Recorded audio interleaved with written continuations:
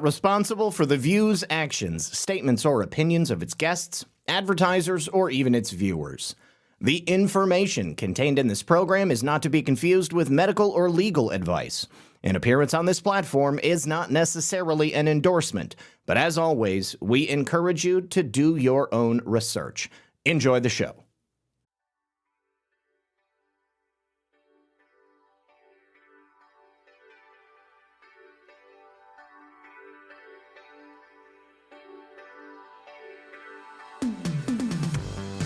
Good evening, everyone, and welcome back to the final episode of Red Pill News Live for 2025. Happy New Year's Eve. I hope you guys are ready to party because we've got a big show for you today. Let me tell you, big news breaking nationwide. My goodness. I couldn't be happier to bring you today's series of stories. My goodness. You know, there's an old saying, we are the news now. That has never been more true than in this last week. Journalists? Yeah. Tell me something else, because these people are not real journalists. They don't actually do the work. They're not out there looking for stories to break. The only thing, yes, we're the captains now. We're the daycare centers now. We're the news now. Oh, my goodness. Every single mainstream media outlet out there in America today is garbage. And we all knew this. They've been garbage for a very long time. Okay, Gray 8890, you can't come here and solicit people to come to your link. Sorry, it's not the way it works.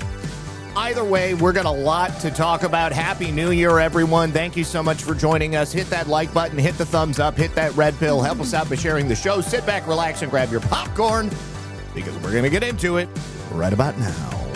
Oh, my goodness, you guys. I had such a good time creating that thumbnail today, too, let me tell you.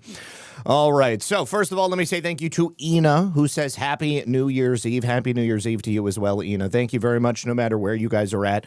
Hope that you're having a lovely day. We have a lot to talk about. First, we're going to get into a story about Senate Majority Leader John Thune. You know, this story I actually saw Peter Bernegger talking about it maybe last week. And I kind of wanted to see where it was going to go and what was going to happen with it.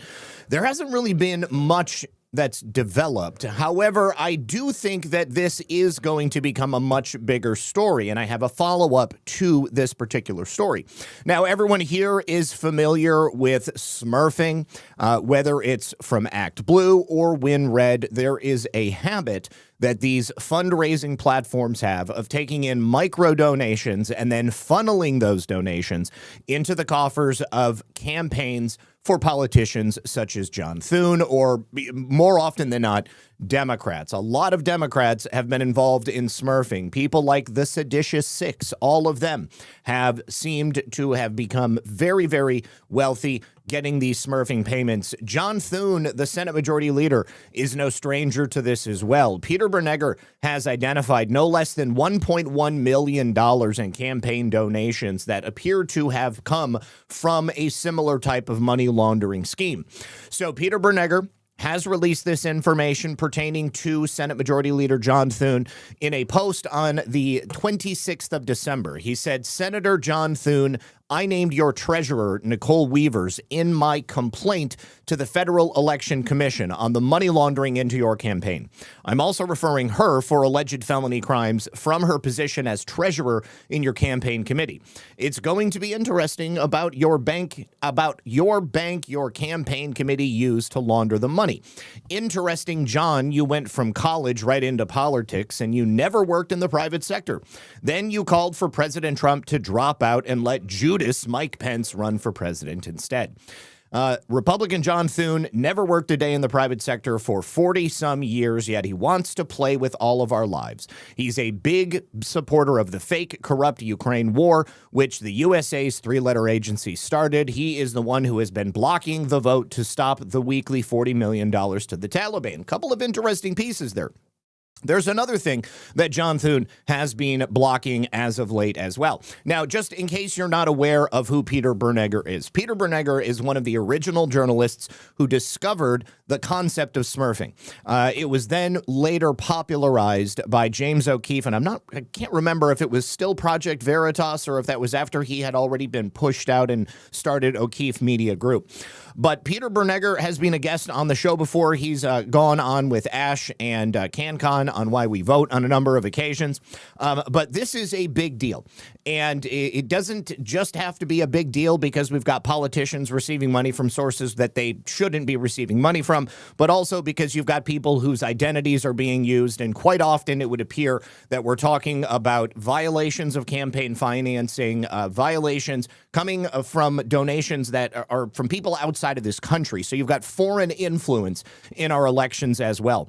Now, I'm not going to go through all of the details of this, but the reason that I think that this is notable, because now we know that John Thune not only is receiving money from spurious sources, John Thune is also blocking the money going to the Taliban. John Thune is also making sure that the money going to Ukraine continues.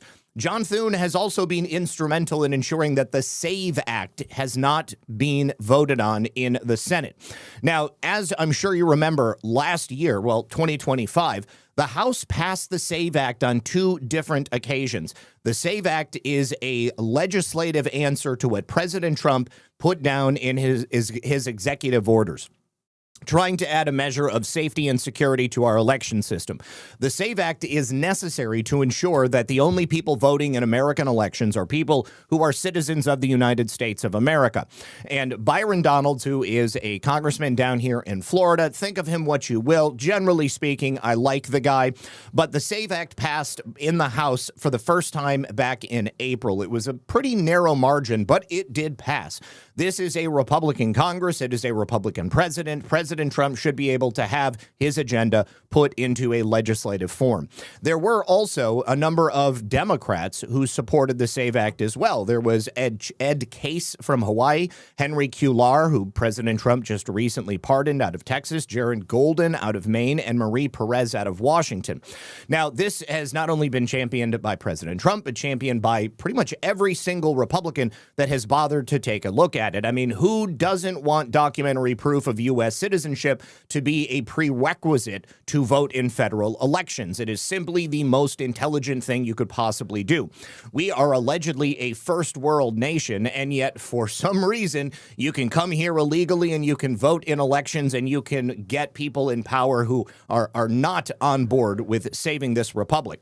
But this bill that passed through the House aims to amend the National Voter Registration Act, which originally passed back in 1993. This would then require documentary proof of citizenship for people to vote in federal elections. Now, under current law, voters are not required to present proof of citizenship. And something that would count as proof of citizenship would be a passport or a real ID. You would need this when voting for president, for the U.S. House, or for the U.S. Senate. Now, the SAVE Act specifically is sweeping election integrity measures designed to restore confidence in U.S. elections, because right now, I think we all believe them generally to be fake and gay. Now, among the provisions that the SAVE Act would put into law, first, you would have to have proof of citizenship required to vote. That means states would be prohibited from processing voter registrations unless the applicant has provided documentary proof of citizenship. Again, that would include a passport, that would include a real ID, that would include a certified birth certificate that would be then paired with a government issue photo ID. The states would also be required to clean up their voter rolls. I thought this was already part of it, but despite the fact that the states generally don't do this and it's required the intervention of the Civil Rights Division of the Department of Justice to get it done for the first time in what seems like my entire lifetime, this would then have to be done on an active basis and on a regular basis. So the states would be required to actively purge non-citizens from voter rolls using federal databases, such as those that have been made available to states very recently. The Department of Homeland Security's Systematic Alien Verification for Entitlements system, also known as the SAVE system, as well as the Social Security Administration verification tools. Remember, as I said yesterday, as soon as someone dies, you can't have a bank account for them. Most things stop working. But of course, if you're on the voter rolls, they just keep you on the voter rolls indefinitely. It would also fast track compliance. So states must establish voter eligibility verification programs within 30 days of this law's enactment. They have a hard deadline. Either you get it done or you are in violation. And then, of course, the one thing that these people care about is money. They would risk losing money. There would also be a requirement for federal data sharing. Federal agencies would be required to provide citizenship data to state election officials within 24 hours of request, and it would be of no cost to the states. So it's a win-win. There would also, of course, need to be criminal penalties. A law means nothing unless there is a penalty for breaking that law. So any election official found to knowingly register non-citizens would face federal criminal charges. There would also be enforcement coming from the Department of Homeland Security. They would be the ones specifically tasked with investigating and potentially deporting any non-citizen found to be unlawfully registered to vote. Now, again, there is wide support, enough to get it passed in the House. There is overwhelming support among the citizens of the United States, but Senate Democrats every single time have vowed to kill the bill. Now, the one person who could do something about that would be John Thune, because he is the Senate Majority Leader. But as it is right now, he basically stands shoulder to shoulder with Senate Minority Leader Chuck Schumer. He has openly admitted on the Senate floor that there won't be a single Democrat who will support the SAVE Act because he claims it threatens the Democrat Party's political future. Well, if your future is based upon the number of illegal aliens you can get to vote for you in federal elections, then damn skippy, it's going to be threatening your future. But how about you get on board with the American people? Give them an agenda that they can sign up for. As it stands right now, the Democrats stand for death, disorder, criminality, killing babies, destroying the republic. These are all things that most people intrinsically are aware that are not good for them. Schumer and Democrats have consistently referred to the SAVE Act as a form of voter suppression. And they've also they have compared it to Jim Crow laws. That couldn't be further from the truth. You know, this is the same type of dog whistle that we've heard from the Democrats for years and years and years. But the way that John Thune could get this passed through is if, per President Trump's request, they did away with the filibuster. Because right now, the only way to have a vote successfully pass through the Senate is to have 60 votes, which means that in a split situation, you've got to have 10 Democrats or 10 Republicans come on over from the other side. Of course, we have a very slim majority. We wouldn't need 10, but in order to get to 60, that also means that every single Republican would have to vote for it as well, and so far that has not been the case. Democrats know that if they can control the Senate, they can also control the agenda. Doesn't matter how long, how or who is in the White House or what is in control in the House. If they control enough of the Senate, then they can ensure that the agenda will never get passed. Byron Donalds is on board with President Trump and his request to get rid of the filibuster. He put this out on Twitter, and I'm just going to go straight to his Twitter account to read this. All right, so first of all, Senator Mike Lee, based Mike Lee, said the SAVE Act, which requires proof of citizenship to register and vote in federal elections, passed the House in April. The Senate should send it to the president's desk for signature ASAP. Do you agree? Of course, everybody agrees. We need to have this done. Byron Donalds replied and said the SAVE Act ensures only U.S. citizens can vote in U.S. elections. As an American citizen, I can't go to the UK, I can't go to El Salvador, I can't go to Mexico, and I can't vote in their elections. However, any of those people could come here under the current law and they could fraudulently vote in my election. So last year, the House GOP passed the SAVE Act, but the Senate Dems have blocked us. 264 days ago, the House GOP passed the SAVE Act again, but it's been held up in the Senate. I agree with Mike Lee. Get the SAVE Act passed right now. Elon Musk also says this is essential. Everybody knows it's something that we've got to do, but the only way it's going to happen is if we eliminate the filibuster. So how do you put pressure on John Thune to eliminate the filibuster? Well, you threaten him with FEC violations and potentially federal criminal charges, felony charges. Because if John Thune has been found to be engaging in smurfing and laundering millions upon millions of dollars into his campaign accounts, you would have a bargaining chip. You would have something that you could use to get him to finally do what needs to be done. President Trump said the Democrats are cracking like dogs on the shutdown because they are deathly afraid that I am making progress with Republicans on terminating the filibuster. Whether we make a deal or not, the Republicans must blow up the filibuster and approve hundreds of long-sought but never-gotten policy wins, like, just as an example, voter ID. Only a loser would not agree to doing this. And then later on, of course, he asked to terminate the filibuster. But it is John Thune and a handful of other senators who have repeatedly said we're not going to do this. We are at the point where, in my opinion, leverage is the only way that we are going to get these things done, because John Thune and others in the Republican caucus in the Senate, they clearly are not on board with making sure that the American people have a future.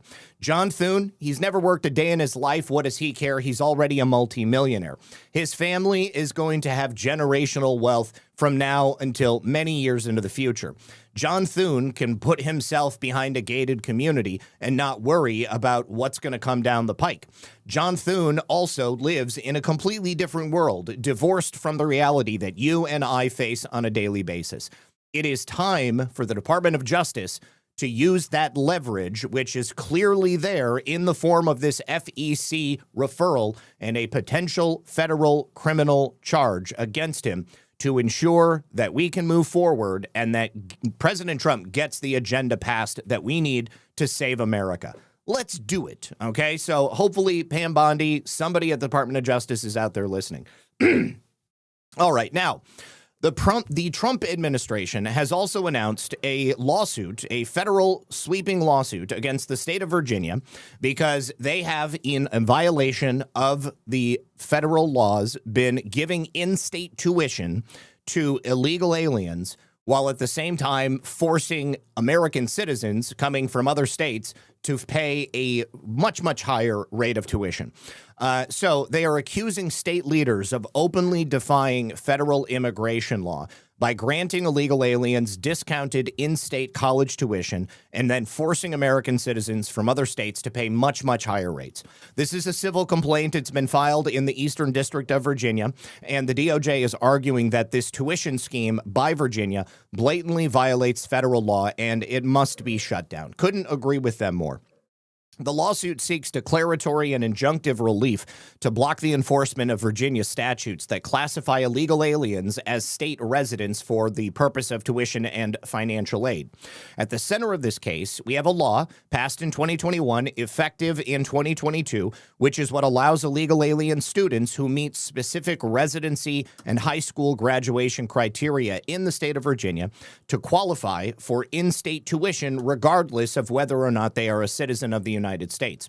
Again, if I, as an American citizen, move to another country, even if I have a home there, even if I live there, but especially if I show up there illegally, I'm going to have to pay tuition as if I am not a resident of that country because I am not a legal status. American citizens, however, if they come from a neighboring state like, say, West Virginia, or maybe even like a military family that's moving around, might temporarily be stationed someplace else, they, of course, are going to have to pay the out-of-state tuition rate, which is on oftentimes going to be tens of thousands of dollars higher. This complaint from the DOJ states that the policy by Virginia is giving preferential treatment to illegal aliens over U.S. citizens, and this is squarely prohibited and preempted by federal law.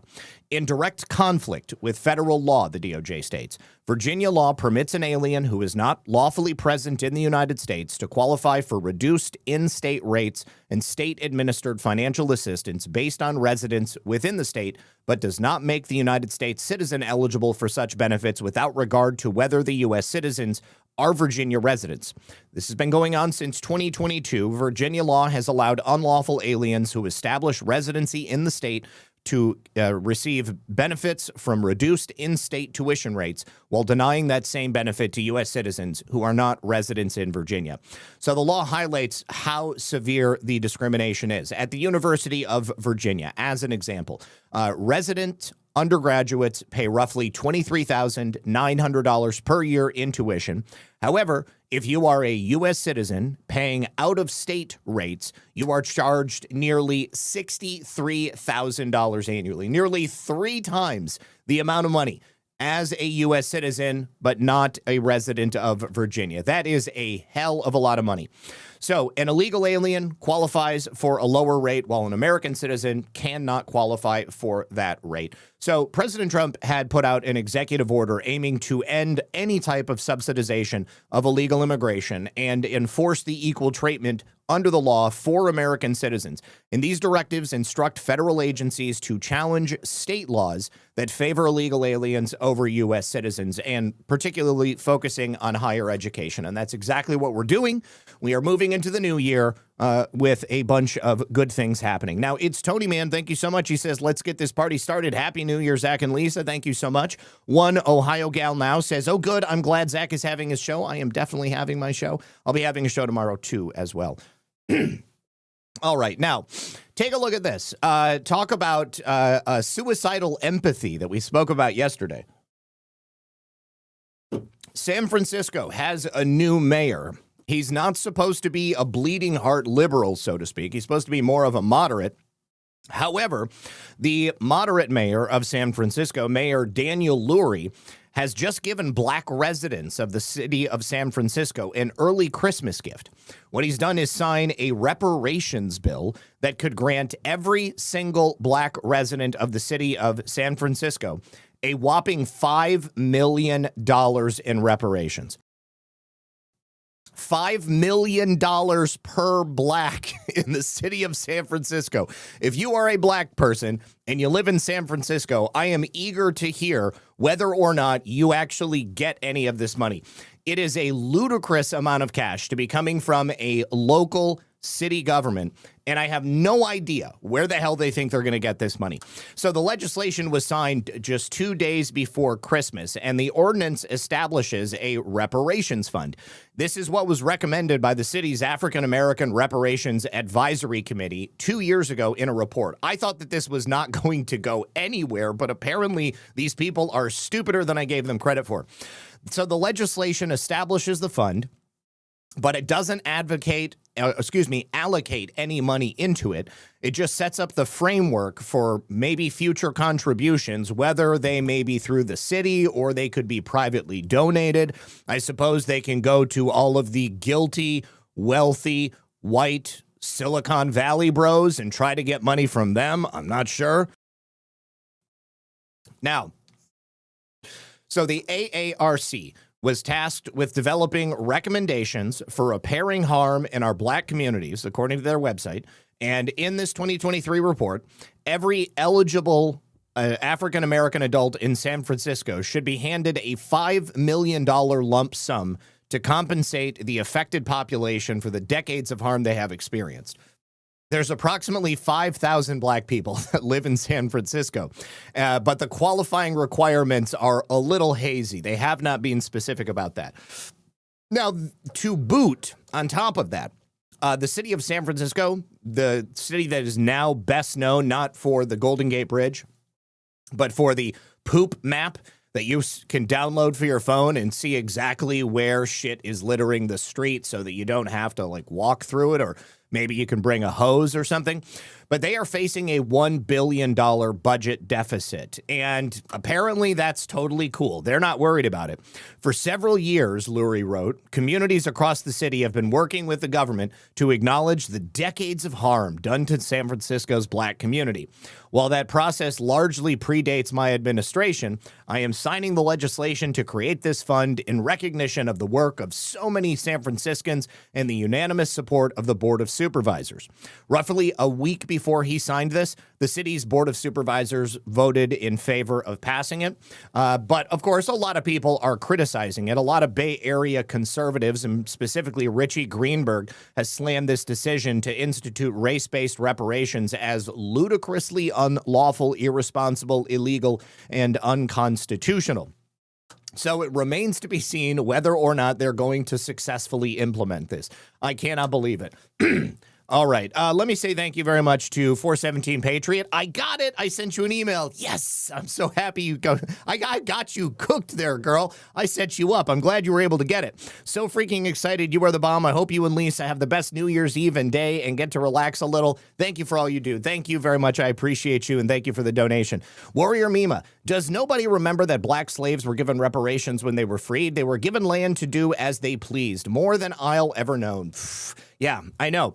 And they pretend, they LARP as if the black people of America today have somehow been directly affected by slavery, as if they were slaves themselves. The whole argument is ludicrous. I laugh every time I see it. But if you're a black person living in San Francisco and you get a $5 million check, I want to know about it. Warrior Mima, thank you. AOB 22. Zach, they will get the money from the Somalian daycare, and I definitely identify as being black. I am also identifying as being black, and I have for quite some time. So I will address the first portion of your rant when we get to that section of the show, because don't speak too fast. S2G109 says California's Constitution was signed in 1849. Slavery was prohibited in the Constitution in 1850. Newsom signed a de facto law repugnant to the Constitution, making it null and void. Duke Nukem USA says, Happy New Year, my xenomorph brother. Check my email whenever. I hope you stop by Southeast Missouri sometime. They're leaving Trump's America. Thank you so much, my friend. I really appreciate it. Happy New Year's. All right, so next. So Amy Berman Jackson, a judge that has for some time been a thorn in the side of President Trump and the America First movement, on Tuesday, so yesterday, blocked the Trump administration from defunding the Consumer Financial Protection Bureau. Now, she, of course, was appointed by Barack Hussein Obama. The Consumer Financial Protection Bureau was created by Barack Hussein Obama. It was Elizabeth Warren, who initially was the head of the Consumer Financial Protection Bureau. But she ruled that the White House has to use funds from the Federal Reserve to continue funding the CFPB. Now, the Office of Management and Budget, who is led by Russ Vought, earlier issued a reduction in force for the CFPB after President Trump shut down the agency very quickly after he was sworn in. So the Federal Reserve has been operating at a loss since 2022, thanks to the past administration. So the Consumer Financial Protection Bureau is an element of the executive branch. So I'm not exactly certain what Amy Berman Jackson's rationale is for this, but I'm sure we're going to find out. The White House may not stop funding the CFPB, a federal judge ruled Tuesday, days before funds at the Bureau were likely to run out and the Consumer Finance Agency would lack the funds to pay its employees. U.S. District Judge Amy Berman Jackson ruled the CFPB can continue to get its funds from the Federal Reserve, though the Fed is operating at a loss, and the White House has made a new legal argument that the CFPB gets its funds is not valid. At the heart of this case is whether or not the White House, of the Office of Management and Budget Director Russell Vought, who is also the acting director of the Consumer Financial Protection Bureau, can effectively shut down the agency and lay off all of its bureau's employees. So they have been largely inoperable since President Trump came into office, and their employees are mostly forbidden from doing any work. And most of the Bureau's operations this year has been to unwind the work they did under President Biden and even under President Trump's first term. So earlier this year, when President Trump was cleaning house, he fired Rohit Chopra, who was then the director of the CFPB. Chopra was a toxic holdover from the Biden regime who had previously threatened banks that refused to give credit lines and loans to illegal aliens. And Obama, of course, had appointed Amy Berman Jackson. She had previously barred the Trump administration from firing CFPB workers without cause. This is not going to end with Amy Berman Jackson. It's, of course, going to continue on. It's like the same story every single time I read about one of these lower court decisions. We know that it's going to be appealed. We know it's probably going to end up at the Supreme Court. We know that President Trump is most likely going to be successful. Let me say thank you so much to Filter Dog. If demon rats are using Somalis as a reason to get vote against voter ID, I get it. Pkwy, I think they're using all illegal aliens as an argument against voter ID. Pquest, thank you for the can. Sean Joe, thank you for the shades. Pquest gifted a subscription, and it was picked up by Dave MC. Thank you very much, Dave. Appreciate you. All right, next. America First Post had shared this earlier. The state of Illinois has been identified as a major funder of Indian-owned small businesses. So businesses in the state of Illinois that are registered as owned by Indians have received approximately 42% of all small business loans, equaling $5 million each. That is according to a total of at least $85 million. Here's where the problem comes in. Nearly half of these loans are going to Indian-owned businesses. Indians only make up less than 2%, roughly 2% of the total population of Illinois. And you can see here, it's just a bunch of random LLCs. Like, there's no clear indication of what these businesses even do. Well, there are 3 of them that say they are hospitality. One of them is also a Holiday Inn Express in Peoria. So that's pretty obvious what it does. But the rest of them could just about be anything as far as I'm concerned. So the question then becomes, why is it that so many Indian-owned businesses are coming in and getting all of this money? Is it that Americans, Native Americans, are not looking to start businesses, or is it that the money isn't available because it's first being given priority to people of other nationalities? Don't know, but it needs to be investigated. Now, yesterday, current mayor of Chicago, Brandon Johnson, in an interview with race hustler Al Sharpton, had suggested that a brand new snowplow that they were going to be purchasing should be named Abolish ICE, which is a very, very retarded thing. So he was trying to make a joke out of it. And of course, you know, he's a communist. He doesn't want ICE in his city. Customs and Border Protection Commander Greg Bavino responded on X and just wanted to make it clear that the job of CBP in Chicago is not done. They're actually on their way back. He said, if you think we're done in Chicago, you better check yourself before you wreck yourself. Don't call it a comeback. We're going to be here for years. Come on. Come on, man. And with the local DBT news, LL J with a triumphant comeback.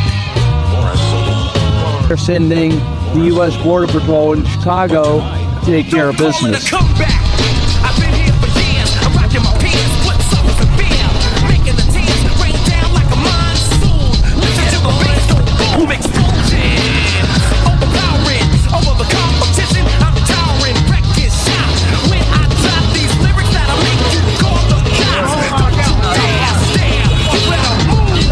Don't ever come there. Beat to the rest down, get sliced and diced. Competition's paying the price. I'm gonna knock you out. In the United States, I'll be here and I'm going to continue operating in your town. I'm sorry, the taxpayer's town, not your town.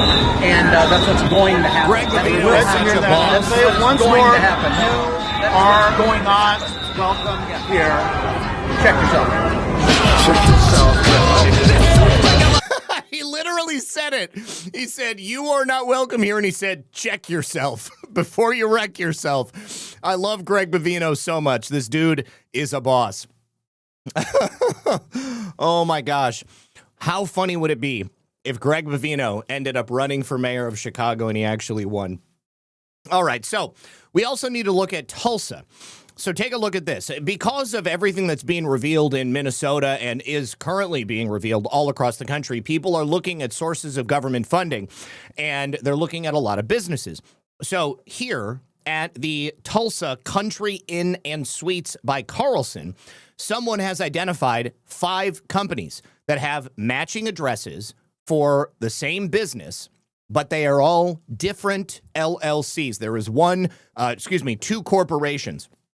They are all also owned by Indian owners. So you've got the Country Inn and Suites right here, but the Country Inn and Suites is one business that is owned by Navinbhai Patel. And then he also owns the J. Jura Corporation, which is a Oklahoma domestic for-profit business corporation. At the same address, same name. Then you've got Hardik Patel, which likely is a family member. This is Ayan Mahadev LLC, also at the same address. Then you've got La Synagoga Mecklenburg Incorporated. This is registered by Levi Solomon Mecklenburg.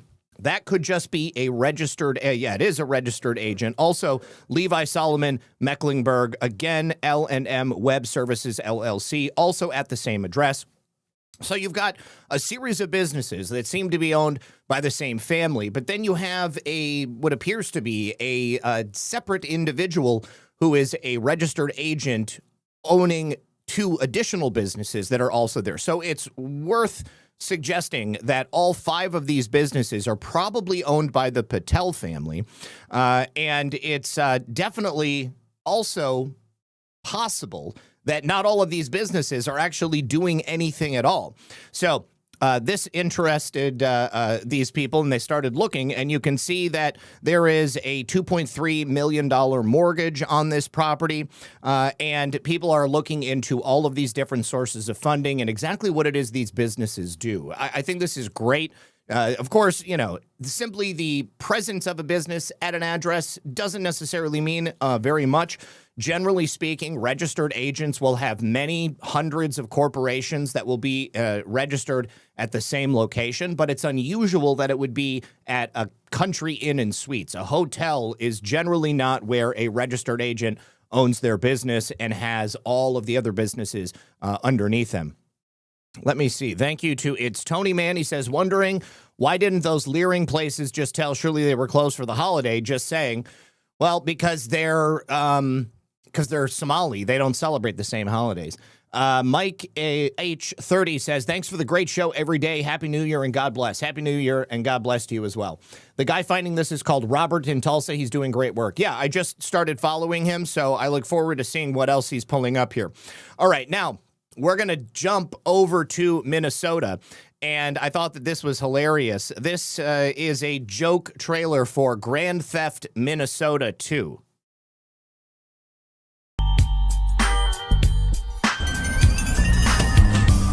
Somalia Learning Center. You must complete Somalia fraud mission to enter this business. I don't know what this was made with, but it's pretty funny.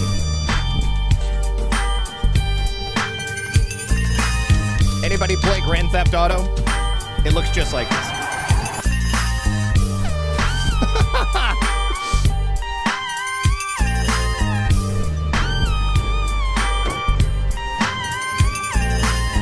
Tampon Tim, you're a retard!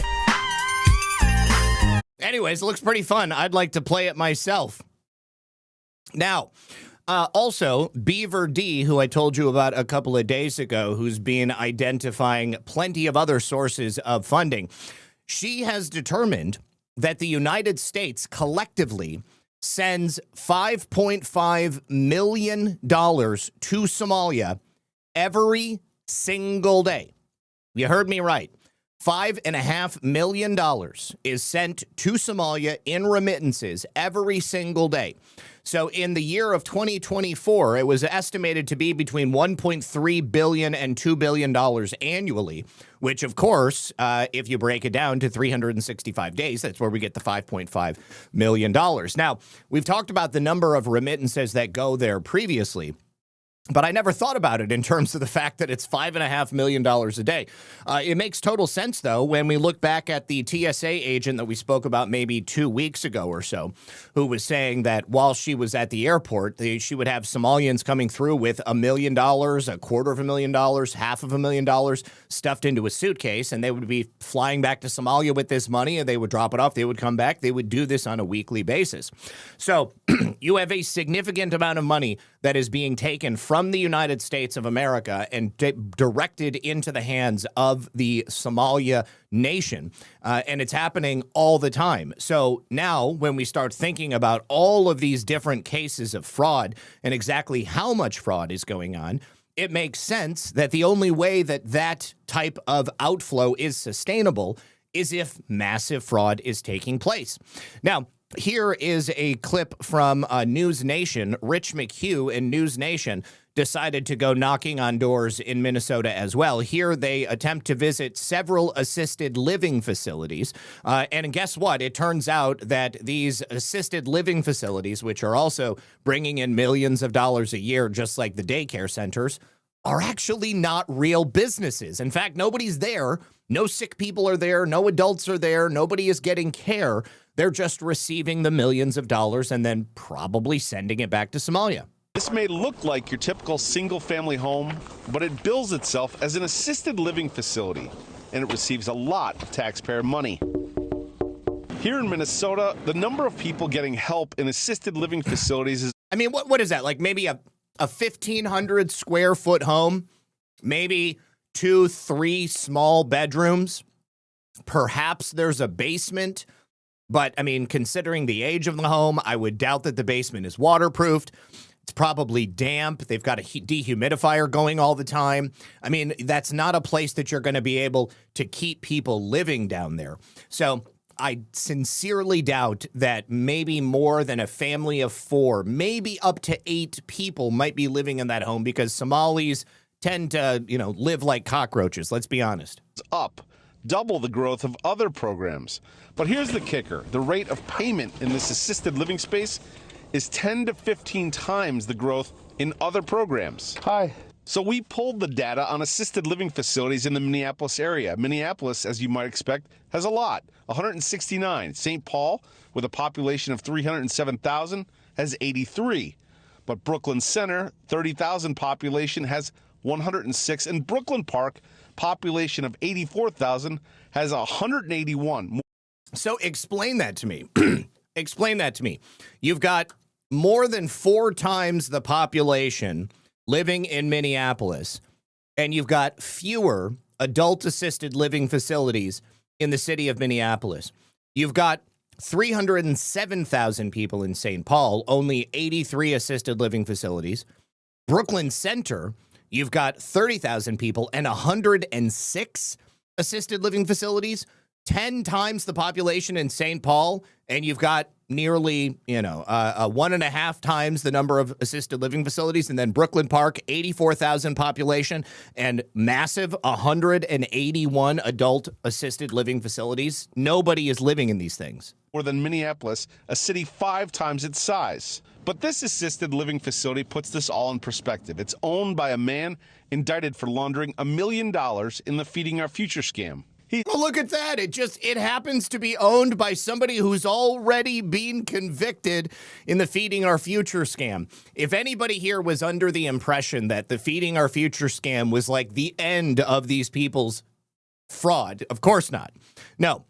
Once they get their hooks into one type of fraud, they're going to get as many hooks as they can into as many different types of fraud as they possibly are able. It's Gandhi Mohammed, now Gandhi Abdi Kadai, and his LLC owns the homes. His wife runs the assisted living facilities, and the state is continuing to pay as he awaits his trial. Okay. We went to each of them. We're curious because the man who owns this building was indicted in the Feeding Our Future scandal. Did you know that? No. Don't know that? Don't know nothing. You did what? Do you know the Feeding Our Future scandal? The scam that was, there's all these indictments related to false, billing on feeding children. No, that's not true. It's actually true. It's actually true. That it's not true? It's not true. The way I know that, no. These assisted living facilities received over $2.3 million in state money last year alone. A Minnesota Reformer article says he has been paid a whopping $49 since 2016. Million. How is it possible that this person who's been indicted in Feeding Our Future also is still collecting checks from the state, running these assisted living centers with his wife? I honestly have no idea. It seems like the most basic due diligence would have been to run a check of all the people indicted in Feeding Our Future and then make sure they're not getting paid from other state programs. And at least in this case, and I've heard perhaps in others, they didn't do that.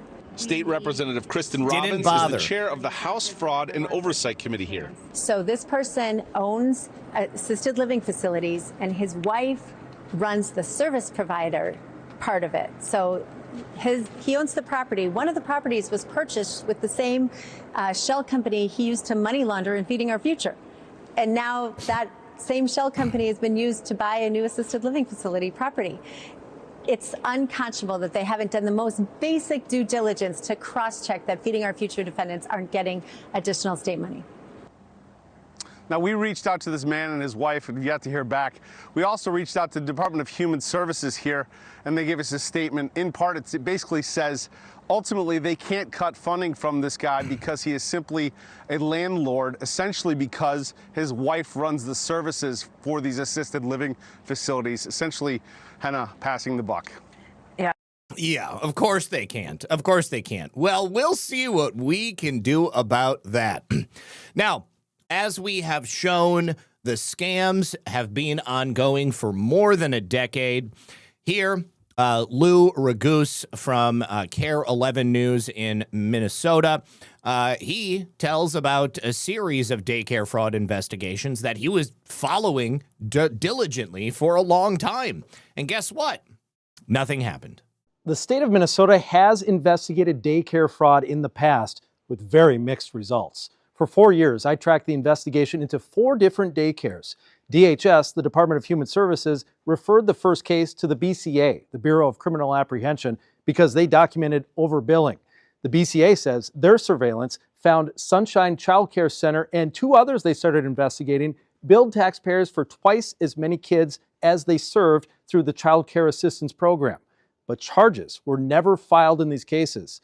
Look at this. The lead agent from the BCA partially blamed the DHS, the department that referred the case, saying DHS wouldn't share needed documentation because they didn't want to act as an arm of the BCA.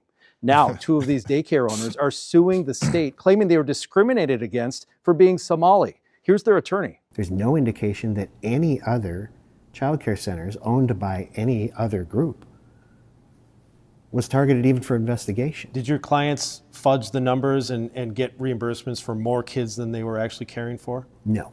And if they had, they'd be really foolish to be doing this, right? The state filed a motion to dismiss that lawsuit in federal court. The judge is still deciding. I'm Lou Raguse. Follow for more news. Yeah. So once again, did not want to get accused of being racist. And they got accused of being racist anyways. These people may be stupid, but they're not unintelligent, okay? They know when and where to hire an attorney. Now, take a look at this. This is another little funny AI video featuring Tim Walz and the local Somali population, and just wanted to show you. Welcome to the Leering Center, where learning is option, never mind.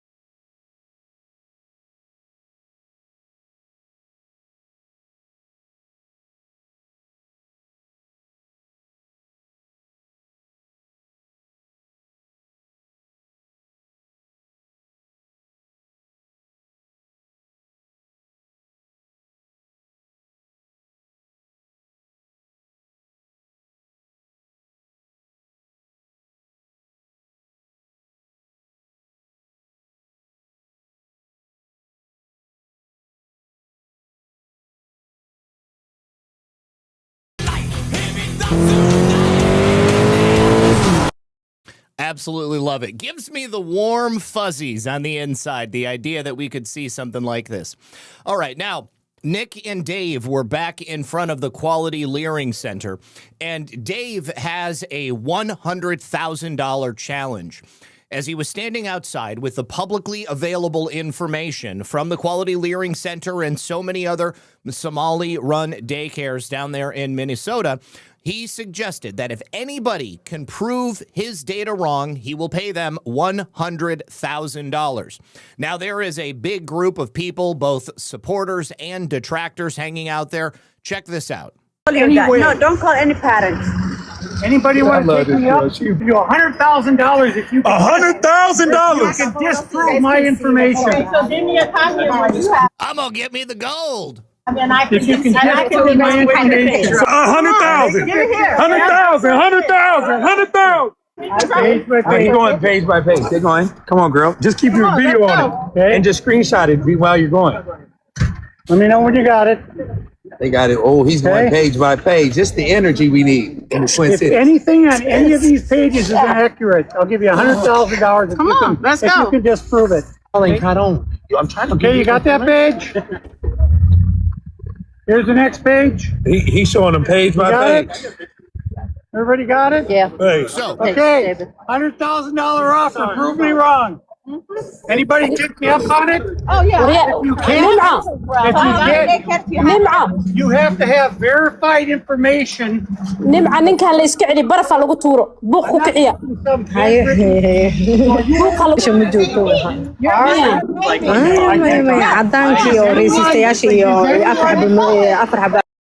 the Somalis are going crazy right now. They are not having a good time. Now, take a look at this. One of the things, there's been a couple of attempts to debunk this Quality Leering Center story. First of all, yesterday, the owner's son came out and said, we're only open from 2 to 10. That's why nobody was here. But that's a little suspicious because, as I said yesterday, a lot of parents work during the day. And it would seem that every single daycare center in Minneapolis is only open 2 to 10. That is totally implausible. But guess what? We can, through publicly available information, go and actually look at the data from Quality Leering Center themselves. And you can actually see that they're not registered to be open from 2 to 10. They are registered as a day program, which means that they operate during normal waking hours, 6 a.m. to 6 p.m. So if they were an evening program, 2 to 10 p.m., that would be reflected on the Minnesota Department of Human Services website. But it's not. It's not. Now, I don't even know if the Minnesota Department of Human Services website has been put back up online. But as it was yesterday, it was still down. Now, take a look at this. One of the daycares that Nick and Dave visited, the Nokomis Daycare, it's again a Somali-run daycare center. They claimed that last night someone broke in and, wouldn't you know it, they stole all of their documents, which means that they would have stolen every single record of all the children that are registered at their daycare, which means that they can no longer prove in an audit who is registered and who is not, who they received payment for and who they didn't. This sounds a lot like that time I took all of my guns on a speedboat and I went for a trip across Lake Michigan and then up into Lake Superior. And then I flipped and then I lost all of my weapons. Good Lord. ATF, it's real. It actually happened. But this is the break-in that they're showing. It looks like someone cut into their wall and took something out of the inside of their wall. This is more akin to someone breaking in and stealing money that has been hidden inside of a hole in a wall, which is what criminals do. You can see here, allegedly, someone broke into their office. I don't know how they got into the building where this daycare center was, but they broke through the door, allegedly. They cut into the wall, and this is where they kept all of the records of their kids. it also looks like they used like a zip saw or something like that. Like, this is a really clean cut. So like somebody was in there like zzz, in the middle of the night and nobody heard it. They only showed up in the morning and then they called the police. Well, here's the thing. The police say that nothing was actually stolen. The police are actually throwing shade on this story, but they are doubling down and saying the owner, the manager, Nasrullah Muhammad, they said specifically when asked, "We don't do fraud or nothing. We don't do fraud or nothing." And they were actually interviewed. This is the owner of Somali Nokomis Daycare Center. And they double down and they say somebody broke in, somebody stole all of our student enrollment, that they also stole all of our employee documentation. So we can't even verify who works for us. So if you're asking questions about somebody breaking into our business, then you must be racist. Unfortunately, we saw that there was important documentation, enrollment of the children, and also employee documentation that was gone. There were also checkbooks that were ripped from our check papers that were ripped from our book. Oh my gosh, so we can't prove how much money we've spent either. My God, this is terrible, you guys. This is devastating news, and we don't know why this is targeting our Somali community, as one video made by a specific individual made this all happen. Oh, it's all Nick Shirley's fault. In receiving hateful messages through our voice notes threatening us since the past couple of days. Look at this. Look at this white bitch in the background. Including one that happened yesterday morning when the break-in, after the break-in. This is frightening and exhausting because this is happening to us Somali communities as Somali Americans. We are supposed to stand with each other and help each other through everything that's happening. This is also sad that a video can cause all of this. I want to say that there are hundreds of daycares out there, Somali daycares that are out there, and we all help our children and everyone in our community. We have high quality daycares, and this is very sad news that one individual who made a false claim about fraud that is happening in the daycares, how engaged everyone else to come and do this to us. Because they're such victims, you guys. Stop victimizing the Somali fraud community. I mean, the Somali community. Now, take a look at this. We have another very funny AI video because the memes just make themselves. Look at me. Look at me. I am the daycare center now. Minneapolis, Minnesota. Hello. I am here looking for some good soldiers to help with our struggle against the government. The number one thing I hate the most are children who insult others for no reason, with no repercussion. But today you have chosen the wrong person to fuck with, you understand? Oh no, Joey! It's little Joey! Follow me. I know the way. Oh, God. Oh, my goodness. Now, here is another Somali community individual reading from a script, but this one's a little different because when she's reading the script, she clearly didn't read it before she got up there in front of the camera. And the script tells her to say that fraud is bad, but she literally freaks out when the words come out of her mouth, like she feels like she should not be saying that, like she doesn't believe it, or just the fact that she is saying the word fraud, like that's going to impeach the Somali community. This is a very interesting clip. Look. If childcare is cut, I'm unable to work or go to school. I understand fraud is bad.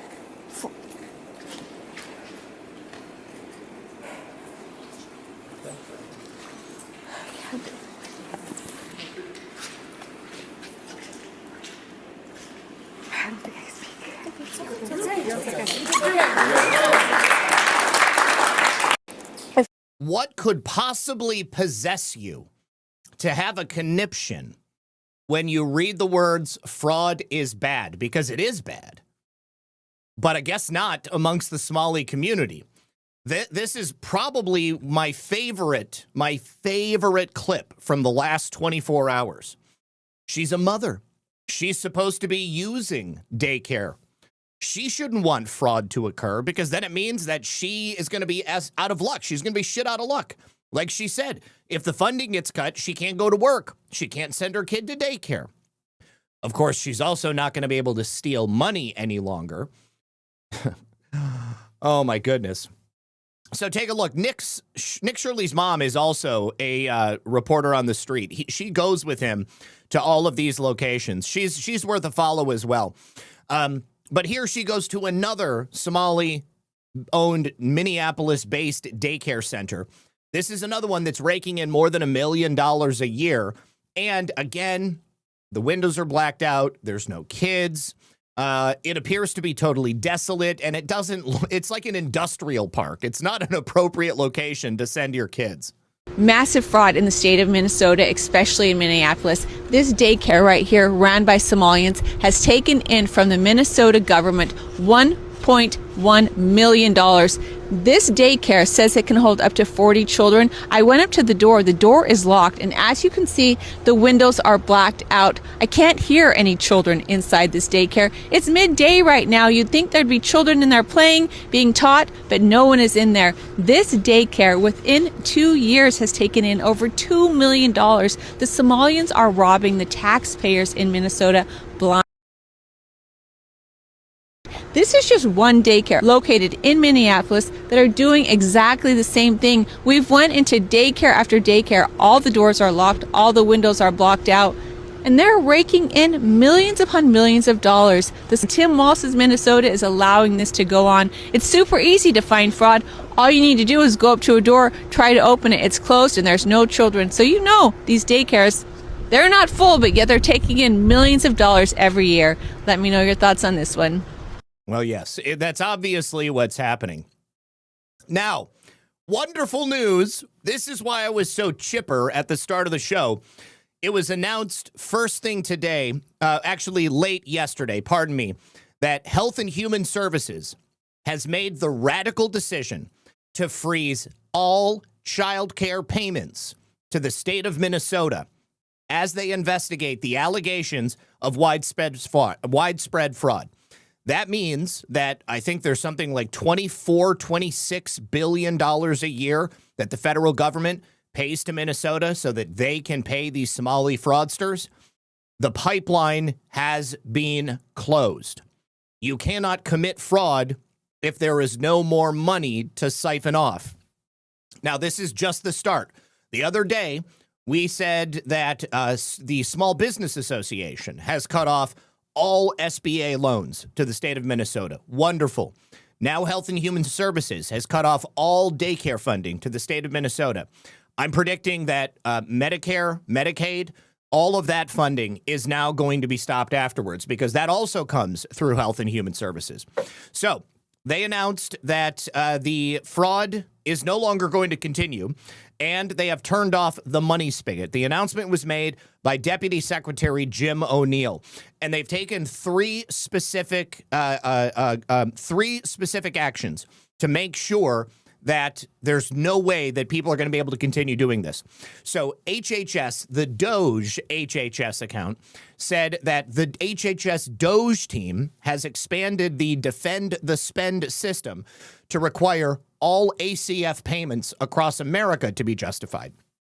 Since March of 2025, Defend the Spend has applied only to HHS discretionary payments, which did not include ACF payments. Over the coming days, we will expand the system to support itemized receipts and photographic evidence and make all data receipts, where possible, available to the public.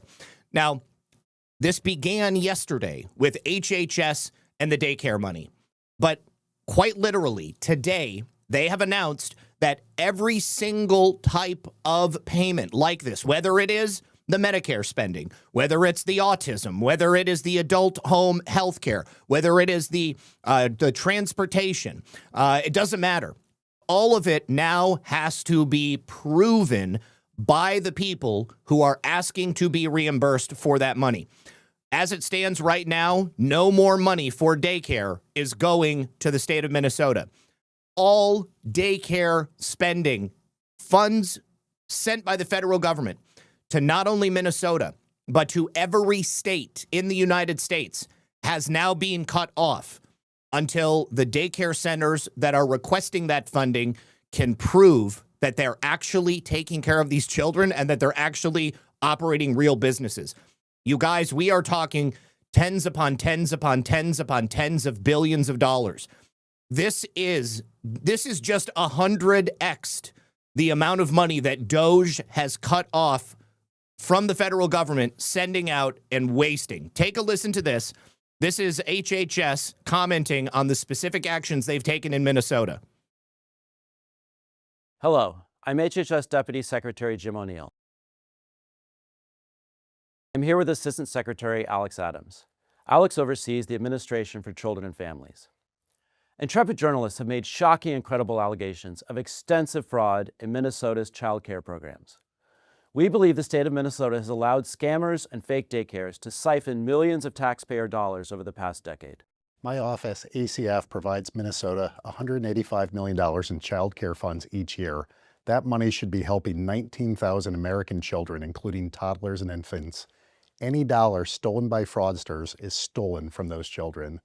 Yesterday, I spoke directly with the director of the Minnesota Child Care Services Office. She could not tell me with confidence whether those allegations of fraud are isolated or whether there's fraud stretching statewide. Today, we have taken 3 direct actions against the blatant fraud that seems to be rampant in Minnesota. First, I have activated our Defend the Spend system for all ACF child care payments across America. Starting today, we require a justification, receipt, or photo evidence before we make a payment. Second, I have just signed and sent a demand letter to Governor Walz.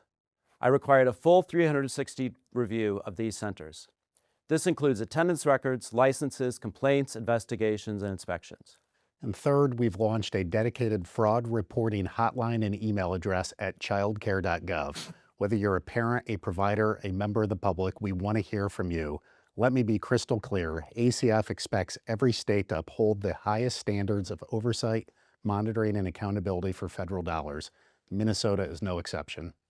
We're committed to holding bad actors accountable. Regardless of rank or office, anyone who's involved in perpetrating this fraud against the American people should expect to be prosecuted to the fullest extent of the law. Every single person who has engaged in this fraud should be expected to be prosecuted to the fullest extent of the law. Let me go over these 3 actions once again. So this is a result of DOJ. First and foremost, taking lead through HHS is the DOJ team. They have activated the Defend the Spend system for all ACF payments. Every single payment, whether it's in Minnesota, Michigan, Florida, Oregon, Washington, California, Texas, it doesn't matter. Every single payment will require a justification, a receipt, or a photo showing evidence before any money is sent to that state. As it stands right now, Minnesota receives no money anymore, okay? Like, until they get their act together and until they show that the businesses that are real are actually there and that the businesses that have fraudulently obtained money are prosecuted, they will get no more money. Number 2, Alex Adams and I have identified the individuals in Nick Shirley's excellent work. I have demanded from Tim Walz a comprehensive audit of these centers, including attendance records, licenses, complaints, investigations, and inspections. So how convenient that the Nokomis Daycare Center had all of those records stolen. I think it's safe to say that they're not going to be in business any longer. Number 3, we have launched that dedicated fraud reporting hotline. Add an email address at childcare.gov. So for you out there, intrepid, on the street reporters in the chat, if you have a tip about a daycare center that you believe may be engaging in fraudulent activity like these in Minnesota, you can go to childcare.gov. You don't have to be somebody who goes to that daycare center. You could be a parent. You could be a provider of an actual daycare center. You could just be a member of the general public or a viewer of Red Pill News, but they want to hear from you. And it doesn't only have to be at childcare.gov. I would imagine they're probably going to open this up for all of these other possible methods of fraud as well. But thank goodness for Doge. Again, this is now 100x'd the amount of money saved by Doge across the board within the federal government. This is exactly what was necessary. Now, remember also, FBI is already in Minnesota. FBI has been investigating since July. Federal agents descended on Minneapolis on Monday. Kristi Noem said Homeland Security investigations and ICE are on the ground in Minneapolis right now conducting a massive investigation on childcare and other rampant fraud. More coming. This is not the end of this story. This is merely the beginning. Now, of course, Tim Walz is not happy because his state has just lost a major source of funding and, of course, fraud. So he attacked President Trump in his response. The daycare scammers, we know, between daycare and healthcare, we're talking billions upon billions of dollars. Tim Walz lashed out at President Trump and accused him of letting fraudsters out of prison. He said, "We've spent years cracking down on fraud." That's not true. Referring cases to law enforcement, shutting down and auditing high-risk programs, Trump keeps letting fraudsters out of prison. To the national news just now paying attention, here's what we've done to stop it. Later, when Health and Human Services announced the freeze on all child care payments to Minnesota, Tim Walz, of course, began to shake, visibly shaking. He said, "This is Trump's long game. We've spent years cracking down on fraudsters. It's a serious issue, but this has been his plan all along. He's politicizing the issue to defund programs that help Minnesotans. This is the only reason that President Trump ever got into politics, was so that he could make Tim Walz and the Somali community suffer." Bullshit. Nobody believes that. Let me say thank you very much to InkSpot1, who says, here's to a year that inertia of all we've been doing takes place and we experience more and more positive outcomes. That is what I believe is actually taking place. Love you, InkSpot. Thank you for that. Isaiah 53 says, how can you tell I'm Somali? And Tricia says, I guess we're going to be seeing the federal deficit decreasing significantly during Trump's term, and we'll soon be having a balanced budget. At least we should. Not only a balanced budget, but also a deficit that is zero. We need to get rid of the deficit and the debt. Well, the deficit is the budget deficit, and then the debt is what we need to get down to zero. Jim Kyle says, what about the annual state inspection reports done on these facilities that received federal tax money? Well, as I said yesterday, those annual inspections, even though they're done, they are scheduled and they only show up when they have the kids show up. So on the day that they have the inspection, they make sure that they have children there and they make sure that they appear to be a real business. There is simply not enough children in Minneapolis to fill up all of these daycares. And once they start cross-referencing all of these children, I think they're probably going to find that you've got kids that are just made up. You've got kids that may be registered at multiple daycares. And obviously, anybody who's doing that, they will be guilty of fraud. But more importantly, the accountability needs to come not only for the people who are running these daycare centers and the parents that are receiving payoffs for allowing their children's names to be used, but also the state regulators who have up until this point been unsuccessful at doing their jobs and allowing this fraud to take place when they could have gotten this solved much, much earlier. Now, again, HHS has frozen all child care payments to every single state until they prove that this money is being spent legitimately. We know that they are not going to be able to prove that this money is being spent legitimately. Trump is a pedo 12, says MAGA can't tie their shoes without passing out. My friend, you are losing. Your life is a sad reflection of the darkness and the unhappiness that is inside you on a daily basis. Your obsession with President Trump and the fact that we are fixing America and that we are making America great, even for you as a dark, angry soul, your obsession is shining through so obviously that it's painful to watch. Not because I internalize anything that you say, but because I feel bad for you. having to wake up with your heart so full of hatred, your inability to appreciate the wonderful things that President Trump and the administration are doing to ensure the future survival of our nation in case you and your trans wife want to have a baby at some point in the future. Oh, I'm sorry. I just realized you can't have a baby with another man. Anyways, let me say thank you to Texas Jules, who says, just imagine he could have been our vice president. Wait, who could have been our vice president? Oh, Tim Walz could have been our vice president. Yes, absolutely. Yes, please hit the like for me, guys. I would appreciate that. All right, now, continuing, that must have been a Somalian. Either that. Well, anyways, to answer the question, how do you know I'm Somalian? Take a look. These are allegedly Minnesota daycare owners. I know all of them aren't, but some of them may be.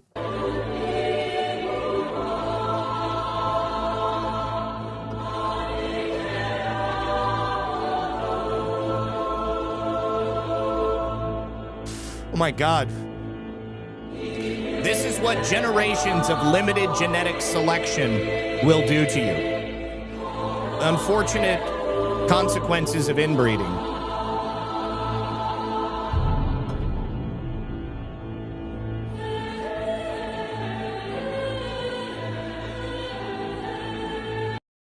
You know what that reminds me of? That reminds me, who is that, what is that meme of that guy with the huge head?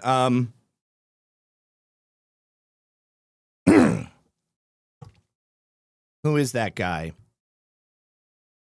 Oh my God, that was total porn. Let me see. Big head African meme. What is? There is a very specific meme of this African guy with like a brain that is like 10 times the size of a normal person. I can't remember what it is, but either way. All right, so take a look at this. Quality Leering Center, going back to the idea of these annual inspections. Out of those 95 violations that the Quality Leering Center had received over the years, one of them was for the failure to report a serious incident or emergency like a death or a fire, something along those lines. Take a look at this. This doesn't have a date for the specific incident, but it does show the capacity of 99, no restrictions, despite the fact that there were violations at the licensing review in June, violations at the licensing review in March, violations at the licensing review in October of 2024.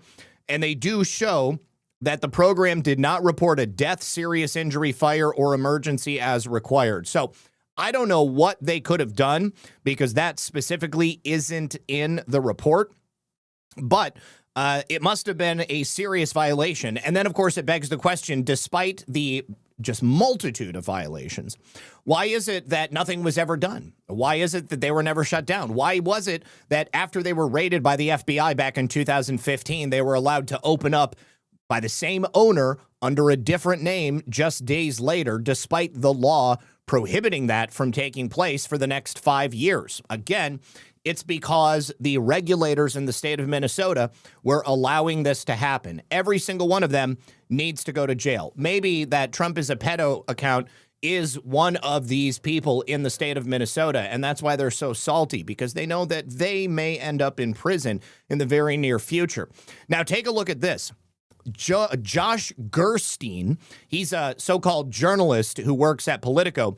He tweeted out on Monday night, "At some point, the amateur effort to knock on doors of home daycares intersects with robust stand your ground laws," which seems to indicate that Josh Gerstein believes that journalists doing their due diligence and knocking on the doors of businesses whose information is published online publicly by the state of Minnesota have grounds to shoot and perhaps kill the journalists who are attempting to verify that information as published on the state of Minnesota's website.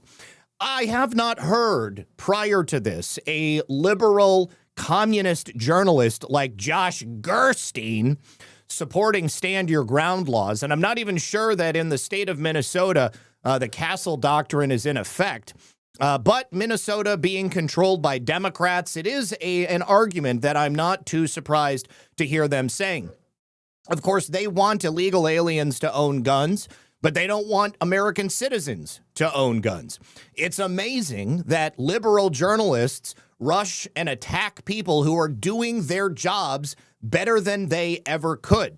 I wonder how many articles Josh Gerstein has ever written about the type of rampant fraud that Nick Shirley was able to uncover in an afternoon just driving around Minnesota, using the publicly available information from the state of Minnesota's Department of Human Services' own website. He is the senior legal affairs reporter. I wonder if Josh Gerstein even owns a gun. I wonder if Josh Gerstein allows his trans wife to peg him. I don't know if he's married to a trans wife, but I'm just saying. Anyways, babe, wake up. New entry on the It's Not Happening meme just dropped. It's not happening. It's a right-wing conspiracy theory. It might be happening. Maybe we can kill the people noticing it. It is happening, and it's good. I'm sure you guys are familiar with this cycle because this is what happens every time citizen journalists do the work of so-called mainstream media journalists. First, they tell us it's not happening, that our eyes are deceiving us. No, it's a conspiracy theory. Oh, okay. Well, it went from it's not happening to, well, it's a conspiracy theory. You're basically making it up. And then they finally admit, well, it might be happening. And then now Josh Gerstein has gotten us to the point where maybe we can kill the people who are noticing that it's happening. My goodness, I really do like that right there. This is brilliant. Let me save that. Let me download the image. Josh Gerstein. Oh, here's a video of Josh Gerstein. Let's actually take a look so we can hear if his voice sounds anything like what I predicted. Fraud is good for you. Can we speak? I would like to check a child in the daycare. Why? Can I speak to a manager? Where can I get paperwork to? There is a new tip button on the Rumble page, if you guys are looking. And if you want to donate crypto, first of all, I need to say thank you. Somebody donated $50 in Bitcoin in the last couple of weeks. And I didn't see it until a couple of days ago. So thank you for the $50 Bitcoin donation. But if you are a crypto person and you want to donate to this channel directly, you can click that tip button and there will be a QR code that you can scan and you will be able to donate crypto. You should download the Rumble wallet. I believe you might have to do that, or you can tip with another crypto wallet and it will give you the address so that you can donate Bitcoin directly to the channel. I'm not sure if you can donate other types of crypto, but you may be able to. But yeah, that's for people who do use crypto. I use crypto, and I have slowly been building my portfolio back up after having my retirement savings stolen by Alex Mashinsky, the CEO of now the defunct crypto wallet, Celsius. But anyways, if you'd like to help me get back on top, then you can go ahead and do that. So thank you very much for that. Oh, honey, I guess there's another retard in the chat. I don't know. Sheba Rista says so, and I haven't seen it. So yeah, there's no tax on that. Rumble doesn't take a cut of it. 100% of that crypto goes directly to me here at the channel. File for my son. I wanted to put my son Joey in daycare. And after a few questions, the lady went silent. Okay, so we don't have Josh Gerstein's voice. Let's see, though, if we can find Josh Gerstein.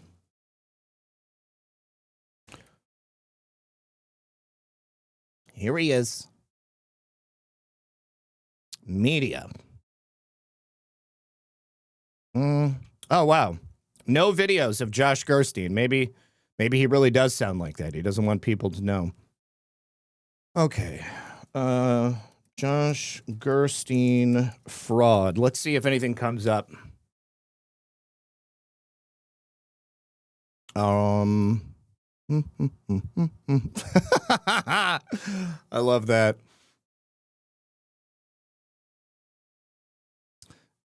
Nope, no videos of Josh Gerstein, unfortunately.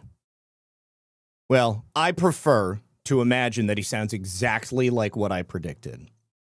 So, yeah, totally ridiculous to think that so-called standing your ground by shooting a journalist who comes to your door is something that would be effective or appropriate. Right here, Molly Hemingway says, stand your ground does not permit the murder of door knockers. Minnesota is not a stand your ground state. That answers my question from earlier. And in no world should Somali fraudsters be encouraged to murder tax-paying U.S. citizens for doing the journalism well-funded reporters like Josh Gerstein refuse to do.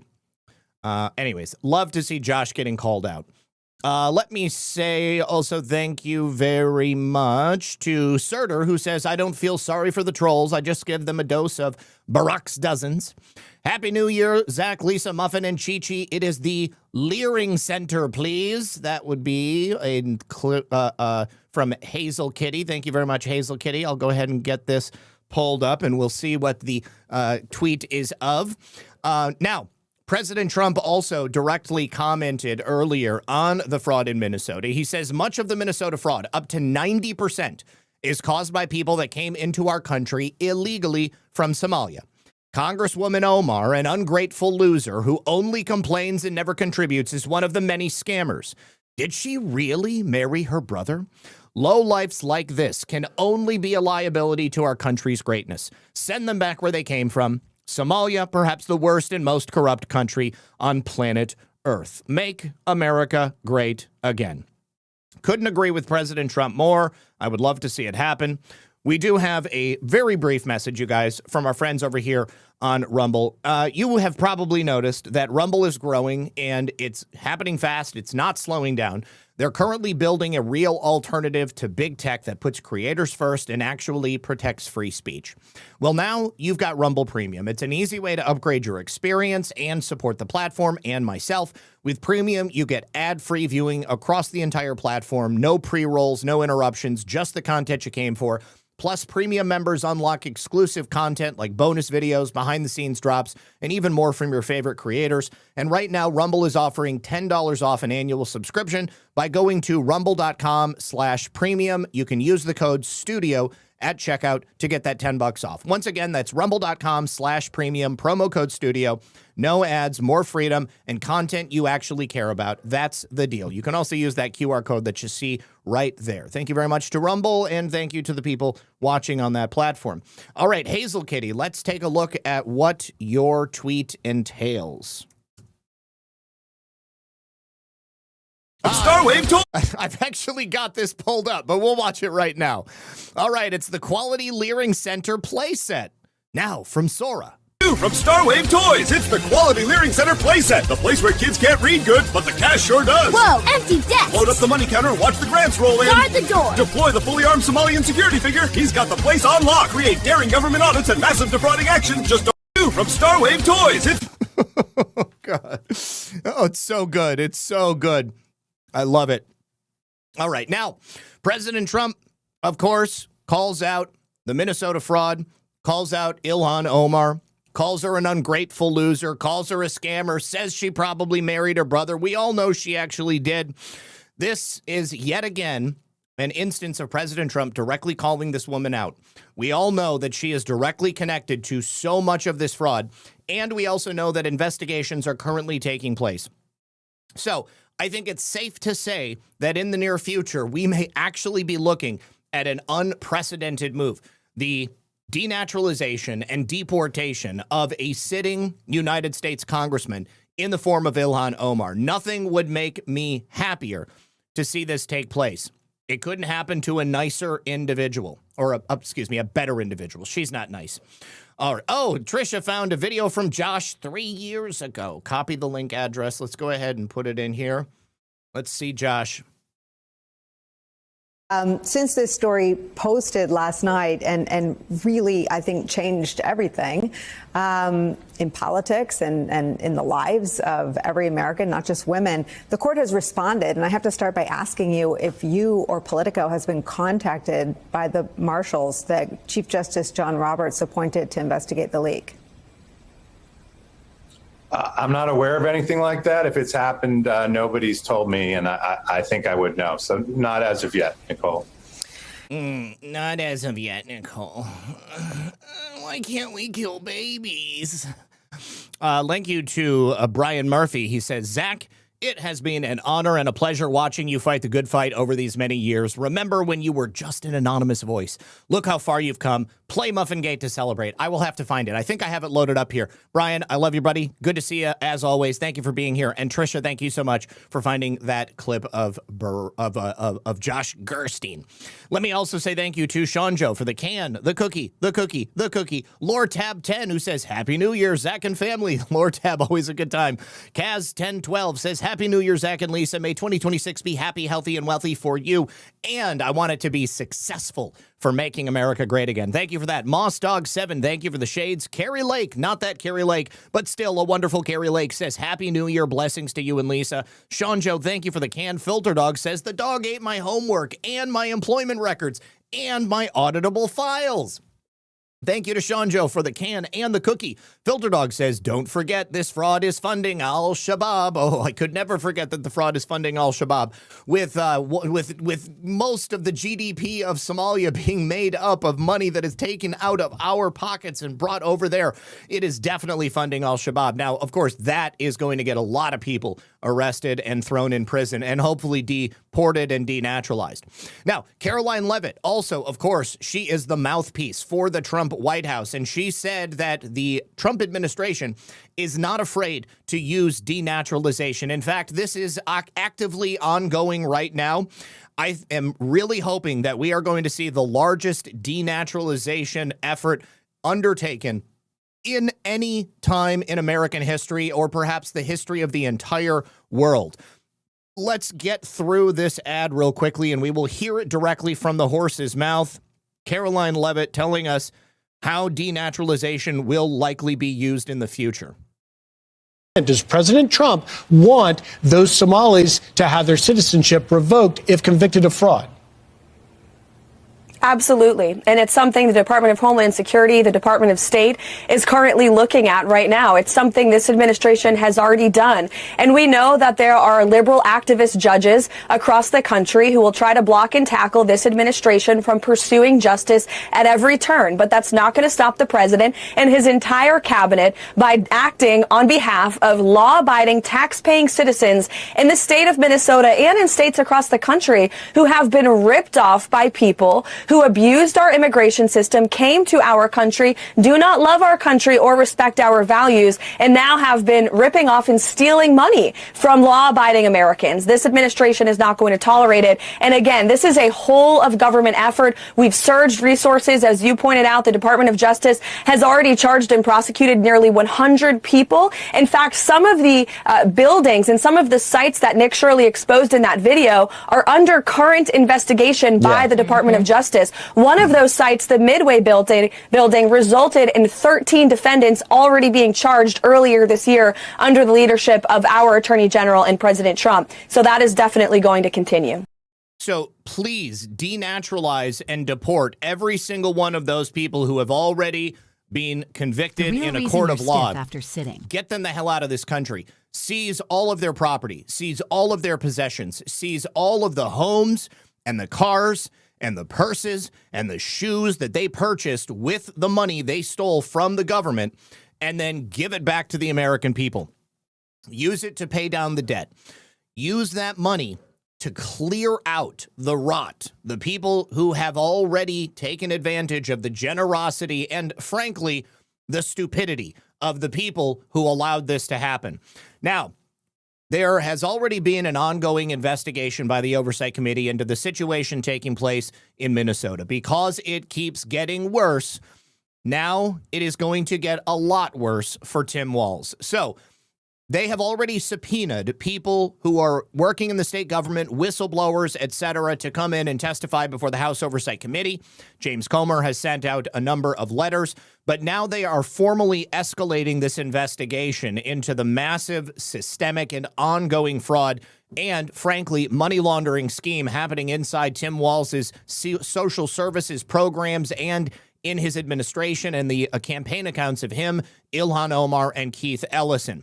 The committee is now holding a high-stakes hearing entitled Oversight of Fraud and Misuse of Federal Funds in Minnesota, Part 1. That takes place on January 7th, just about a week from now. They're going to be bringing in for that first hearing Minnesota state officials, the ones who were whistleblowing, repeatedly warning the Walz administration about this widespread fraud, the same people who were ignored and people who were even retaliated against, which is an illegal action in and of itself. And Chairman Comer has also formally invited and also subpoenaed Walz and Ellison to testify before Congress on February 10th. I wonder if they're also going to question Ilhan Omar in that same hearing. So Comer said in a statement, Minnesota Governor Tim Walz and Attorney General Keith Ellison have either been asleep at the wheel or they are complicit in a massive fraud involving taxpayer dollars in Minnesota's social service programs. American taxpayers demand and deserve accountability for the theft of their hard-earned money. The U.S. Department of Justice is actively investigating, prosecuting, and charging fraudsters who have stolen billions from taxpayers, and Congress has a duty to conduct rigorous oversight of this heist and enact stronger safeguards to prevent fraud in taxpayer-funded programs, as well as strong sanctions to hold offenders accountable. In addition to conducting transcribed interviews with Minnesota state officials, the House Oversight Committee will hold hearings on fraud in Minnesota's social services programs to expose failures, identify solutions, and deliver accountability. So what they're doing is behind closed doors, they are already interviewing the whistleblowers themselves.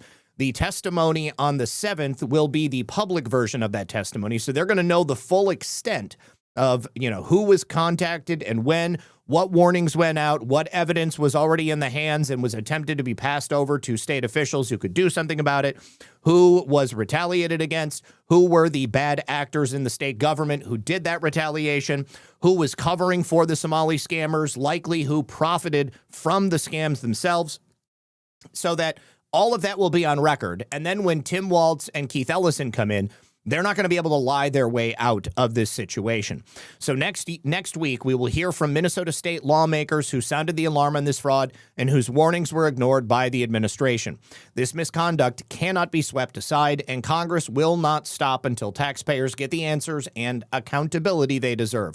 Accountability being the operative word. If they do not prosecute people, no one is going to take this government seriously ever again.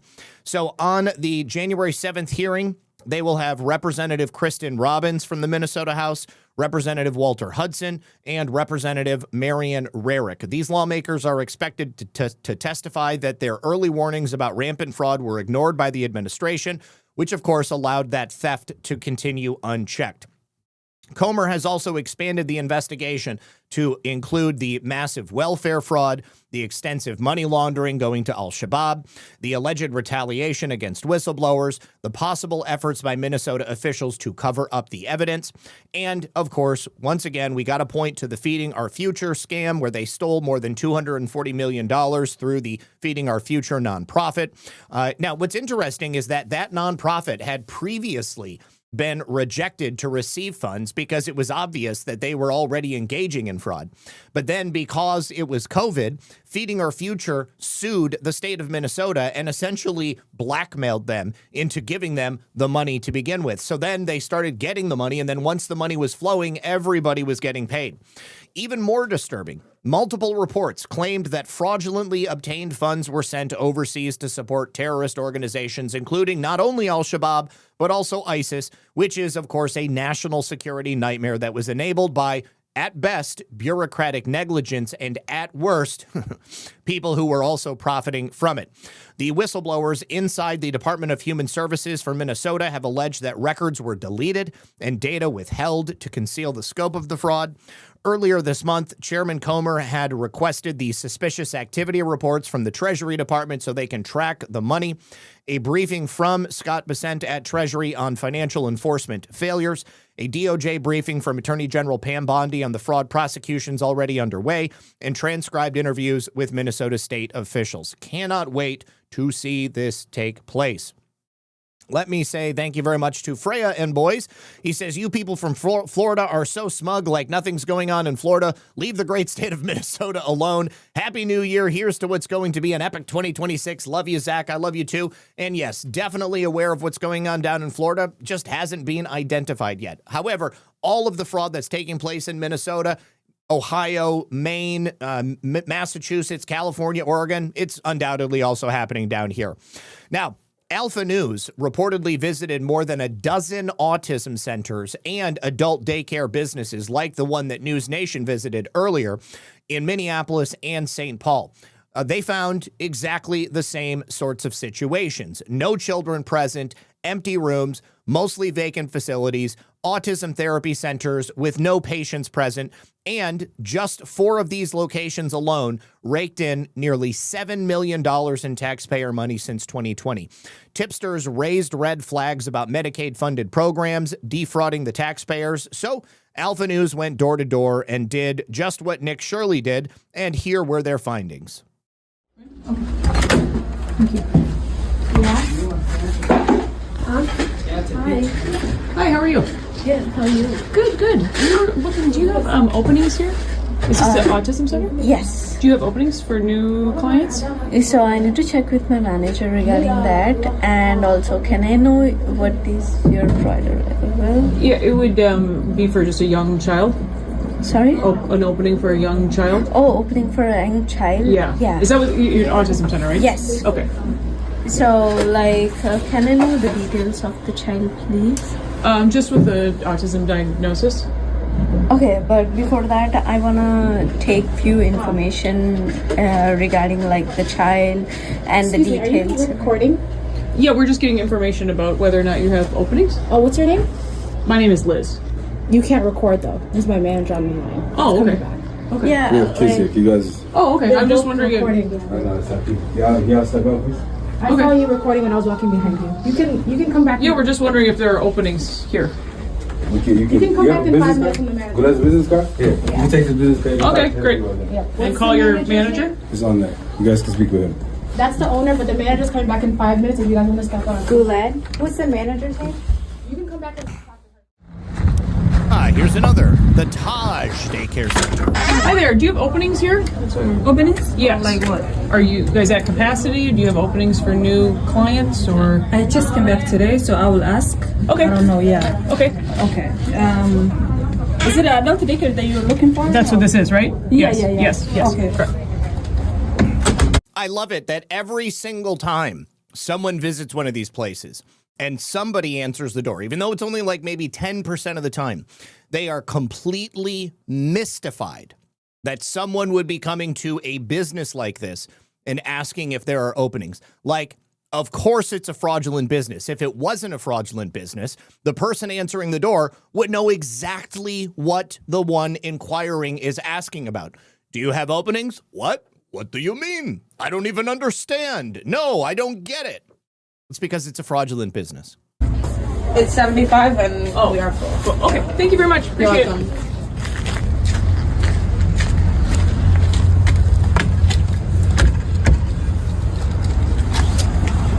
Oh, I guess they're not open.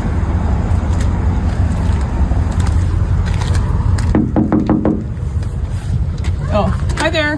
Hi. How are you? Good, how are you? Good. I'm wondering if you have any openings in your adult day center? Actually, we are full capacity. We have a small capacity.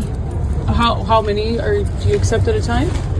We only accepted 35. 35 and you're at capacity at this time? Okay, thank you.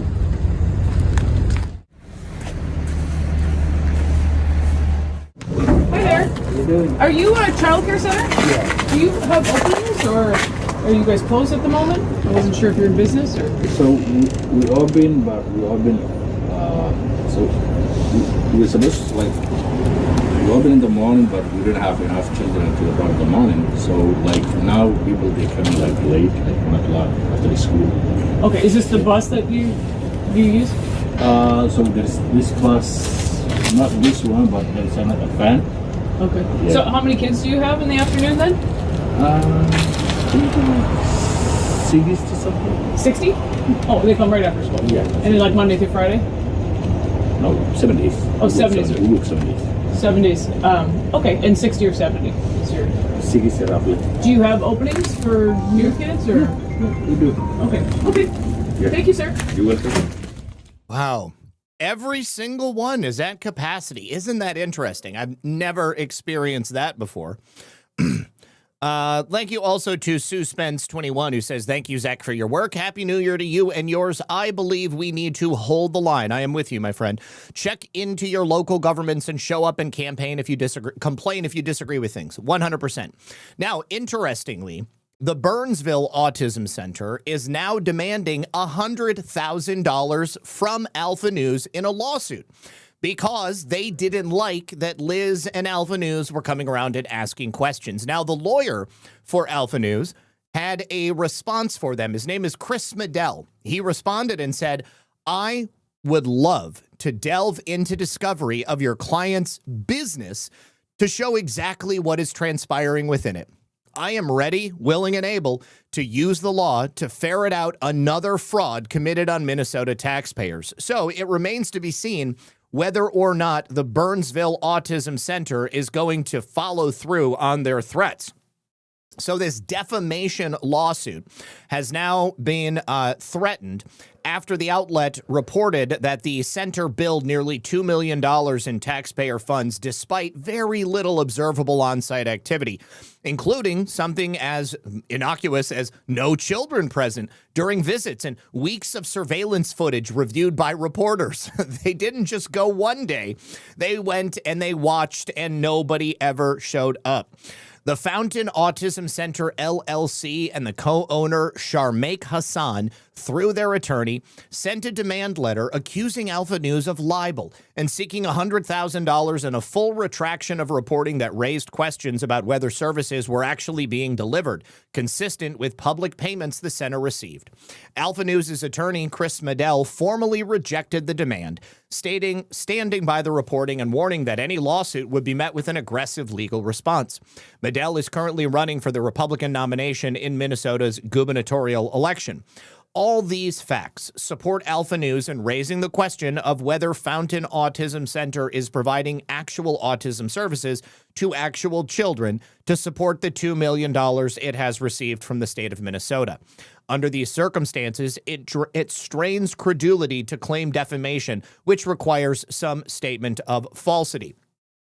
Now, the original Alpha News investigation into the Fountain Autism Center last fall stemmed from a tip by neighboring business owners who said that the Burnsville facility rarely appears open, despite the fact they were billing nearly $2 million since October of 2023 through the Minnesota's Early Intensive Developmental and Behavioral Intervention Program. Alpha News visited the facility during their posted business hours and found only one employee on site, and wouldn't you know it, no children. When asked how many clients the center serves, the employee said a good 10. Most of them come after school, and they do like in-home services. And then in a follow-up phone call, the same employee said the center currently serves 4 children in person. Alpha News also reviewed weeks of surveillance footage from a nearby security camera that captured the center's entrance, and the footage showed very few vehicles and no visible pattern of children or staff entering the building, including during after-school hours and weekends. The center's co-owner later told Alpha News that most services occur in clients' homes, and the facility operates near full capacity during summer months. But the business owner who contacted Alpha News said the location appeared vacant even during the summer period, which was described as the busiest.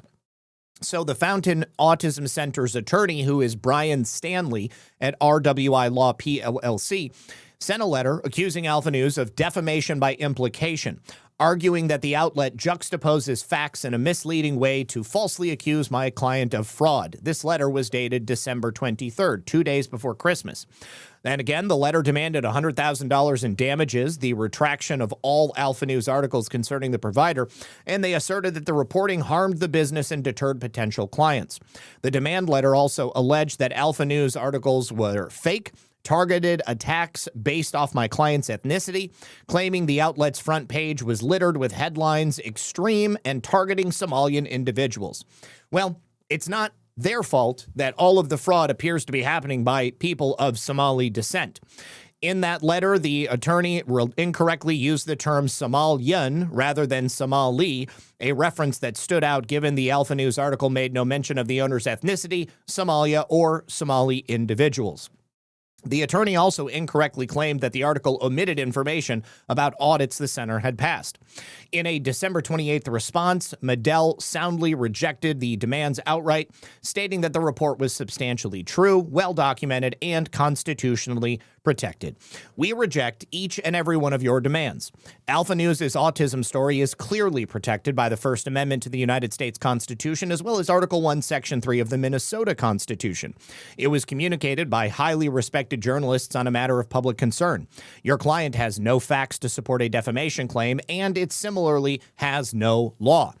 The response letter said the central issue was whether Fountain Autism Center was actually providing autism services to children at a level consistent with nearly $2 million in public payments.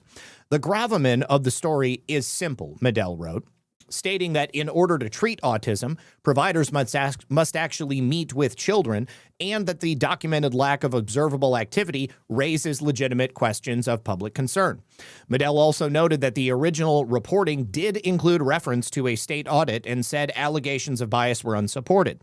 The letter invoked Minnesota's Uniform Public Expression Protection Act, which allows for early dismissal of lawsuits targeting speech on matters of public concern and permits recovery of attorney fees. In fact, Medell won a case for Alpha News just earlier this year under that same statute, and the plaintiff had to pay $75,000 in attorney's fees. If a court denies our UPIPA motion for reasons I cannot possibly fathom, I would love to delve into discovery of your client's business to show exactly what is transpiring within it. The legal dispute comes as Minnesota continues to grapple with all of the fraud that we've been talking about on a daily basis. Hey, would you blow me too? Says Zach, you know the Muslim Somali daycares were closed in observance of Christmas. Highly doubt it. Highly doubt it. So now we're going to jump from Minnesota over to Maine. Maine, another location where heavily populated by Somali individuals, also heavily observed to be engaging in a variety of different types of fraud. We were speaking very recently about a Somali-run NGO, the same Somali-run NGO that was also owned by a Somalian who was running for office in Somalia and funding a warlord militia over there using funds that were obtained through government grants and funding. Well, guess what? Just like in Minneapolis, the feds have now arrived, and Homeland Security has visited the doorstep of this very same NGO. Dozens of federal agents working with the U.S. Department of Homeland Security probed multiple locations in Lewiston, Maine just yesterday. All of these locations have been associated with Somali fraud allegations as well as gun theft charges. Those locations included sites linked to Gateway Community Services CEO Abdullahi Ali and his former deputies, State Representative Decca DeLocke, who is a Democrat in South Portland, and Representative Yusuf, a Democrat in Portland, as well as a 210 Blake Street property owned by Maine Immigrant and Refugee Services founder Rilwan Osman. Now, news of this federal investigation emerged subtly on an X account associated with Homeland Security Investigations New England. They stated HSI is actively conducting audits of businesses in Maine to protect America from fraud and ensure businesses only employ legal workers. Hiring unauthorized workers risks severe penalties and undermines national security. The best way to protect your business is by following the law.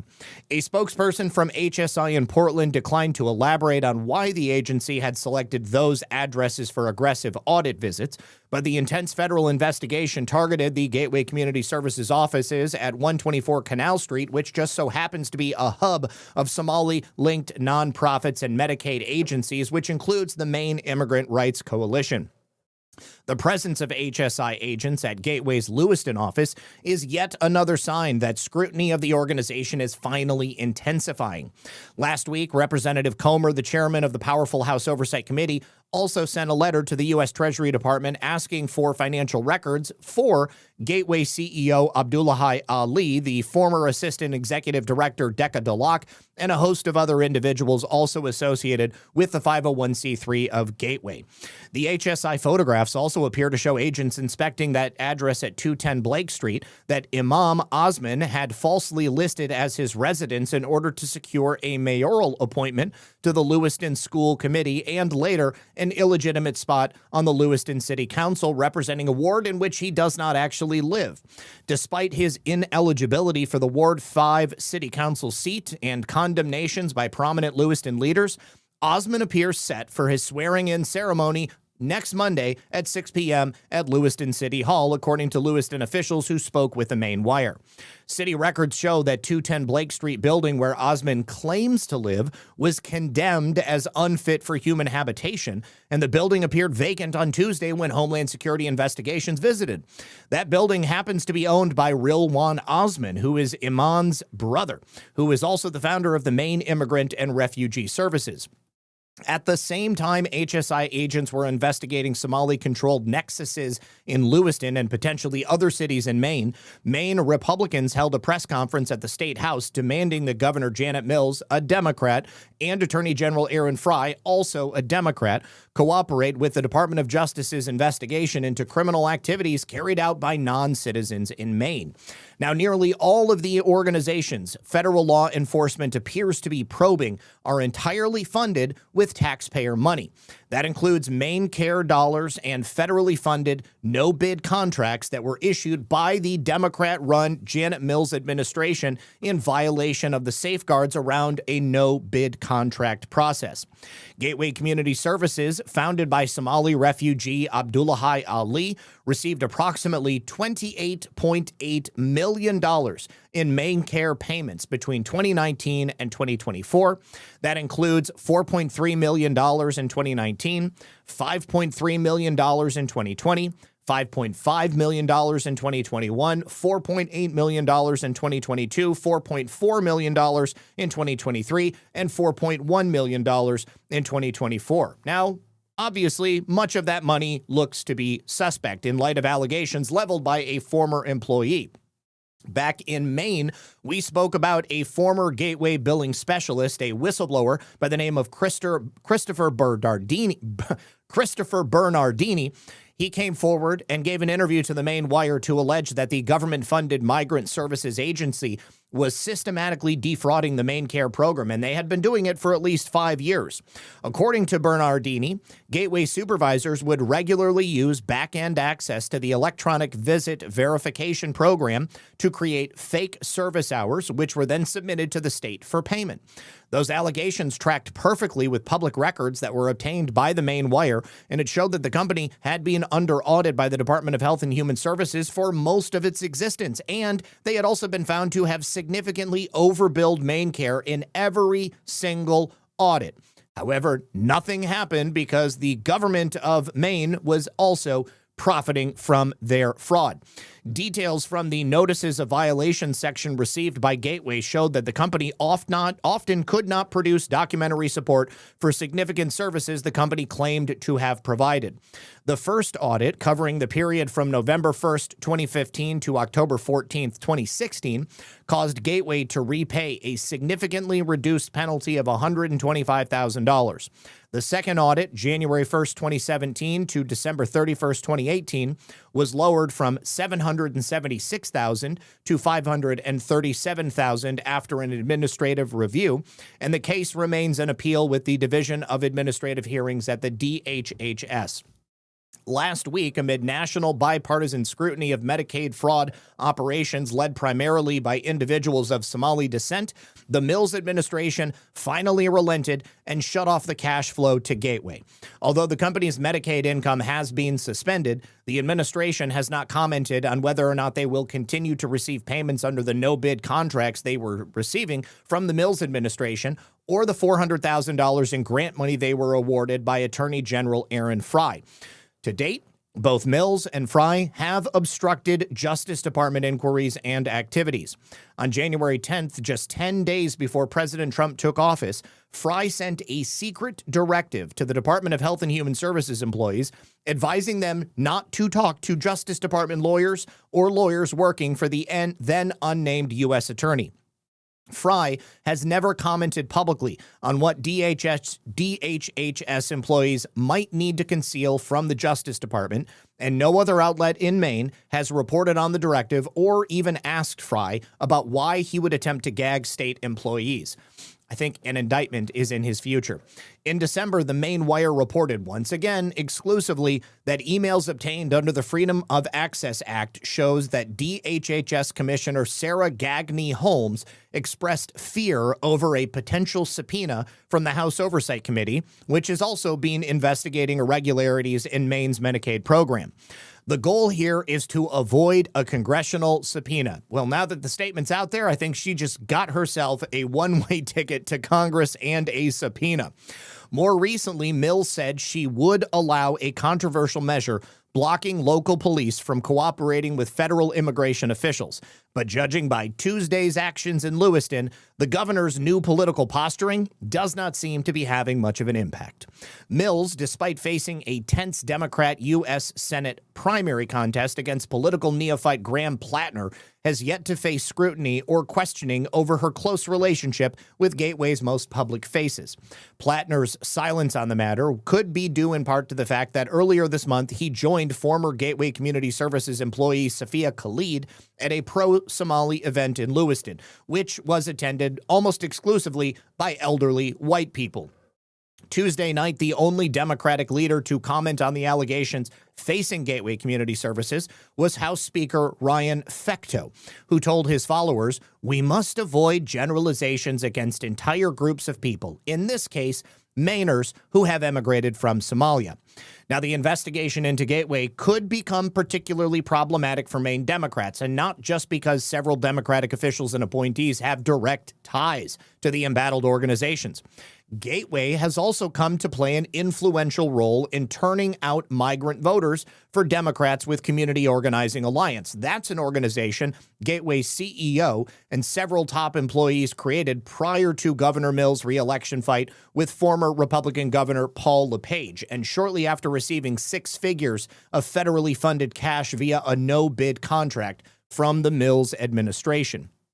Now, COA, Community Organizing Alliance, has an explicitly political organization headed up by Ali's former special assistant, Safia Khalid, has boasted a board of Democratic bigwigs. Although Gateway's political activism arm has recently attempted to scrub their board members from the website, the Maine Wire archived a copy for posterity. It's not clear why top Democratic fundraisers and lobbyists would be attempting to remove their connections to an organization that is now facing multiple federal investigations. But we can see here all of those bigwigs and moneymakers in the state of Maine were previously listed on their website, and now, for some reason, they've been mysteriously removed. Now they go into the whole story about Jubaland and how the CEO was running for political office in Jubaland, and he was also funding a warlord militia army over there. Of course, he didn't win. He came back to the United States, and now it would appear that he is facing some federal investigations. Let me say thank you to Trumpette.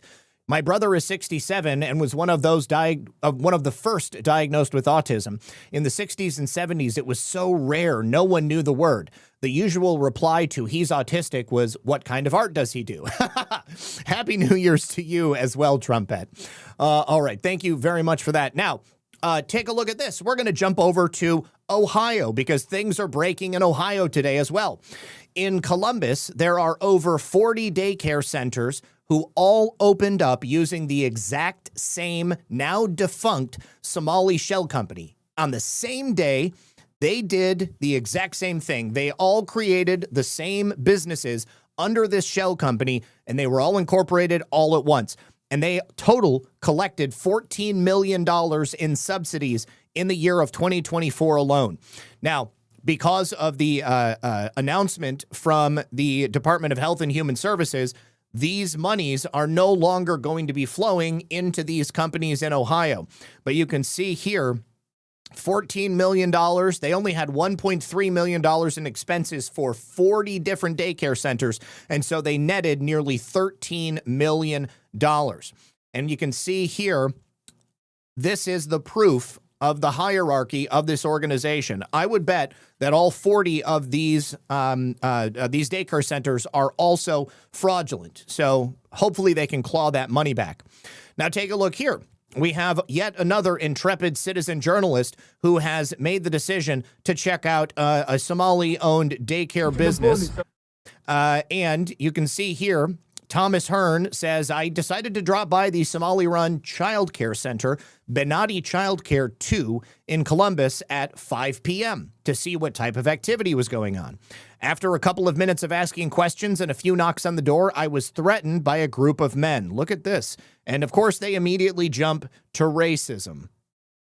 To the police, okay? Okay, that's fine. I'm not breaking any laws. You are racist. I'm not. Huh? I'm just asking, is this a child care center? I know who you are. Okay, is this a child care center? You are terrorist. I'm a what? Yeah. No. I'm a what? Did you say I'm a terrorist? You are racist. I know who you are, fucking guy. We are here at the Benati Child Care 2 LLC on Cleveland Ave in Columbus, Ohio at 5 p.m. On a weekday. It says that they are open from 6:30 a.m. to 8 p.m. For the last 12 years, they've been operating. I wonder how much money they've taken in during that time. And take a look at this building. Would you want to send your child to this place for daycare? I wouldn't. Monday through Sunday. And, it's 5 p.m. right now, and we'll knock on the door and see if anyone's actually here.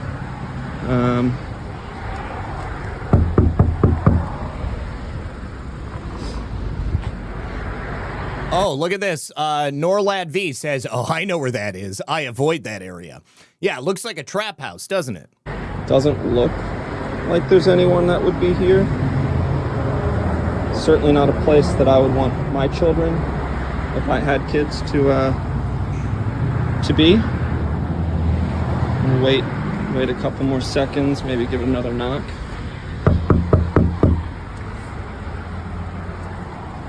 Don't hear anything, no cars, and it's 5 p.m., so there would be, you would think, not a single lots car. of pickups going on if this were actually a active child care center. There is a camera right there, right up there, you see. So they do have some sort of activity going on. Oh, there's a boutique next door, right too. next door. Also not open. With Arabic writing on it. There's someone looking through now the corner, so she just popped through. I don't know if she's gonna come out or not. I didn't see any kids in there, don't see any pickups going on, but there was a woman in there, so she did peek through, not opening the door. We'll wait another 10 seconds or so, we'll see.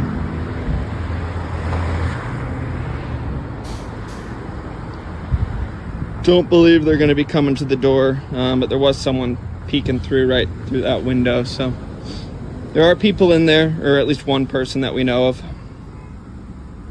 Does not appear to be an actual daycare center though, so should be some investigations going into this soon, hopefully. Hey man, is this a child care center? Hey, is this a child care center? Why are you recording? I'm asking a question. Is this a child care center? Why are you recording? Is this a child care center? No, stop recording. It's not a child. Why can't I record? Stop recording. You're racist. Why are you recording? Because I'm curious if this is a child care center. Where are you from? I'm from Ohio. No. Who's into you? Me. I'm an independent person. I own my own company. So you are a YouTuber, so you need the social media. I mean, I represent myself. We have just reported you to the police, okay? Okay, that's fine. I'm not breaking any laws. You are racist. I'm not. Huh? I'm just asking, is this a child care center? I know who you are. Okay, is this a child care center? You are terrorist. I'm a what? Terrorist. Yeah. No. I'm a what? Did you say I'm a terrorist? You are resisting. I know who you are, fucking guy. You said I'm fucking gay, I guess? Is that what you just said? Are there any kids in there? Is this an actual childcare center? Okay. Have a good one. Yeah, obviously not a real childcare center.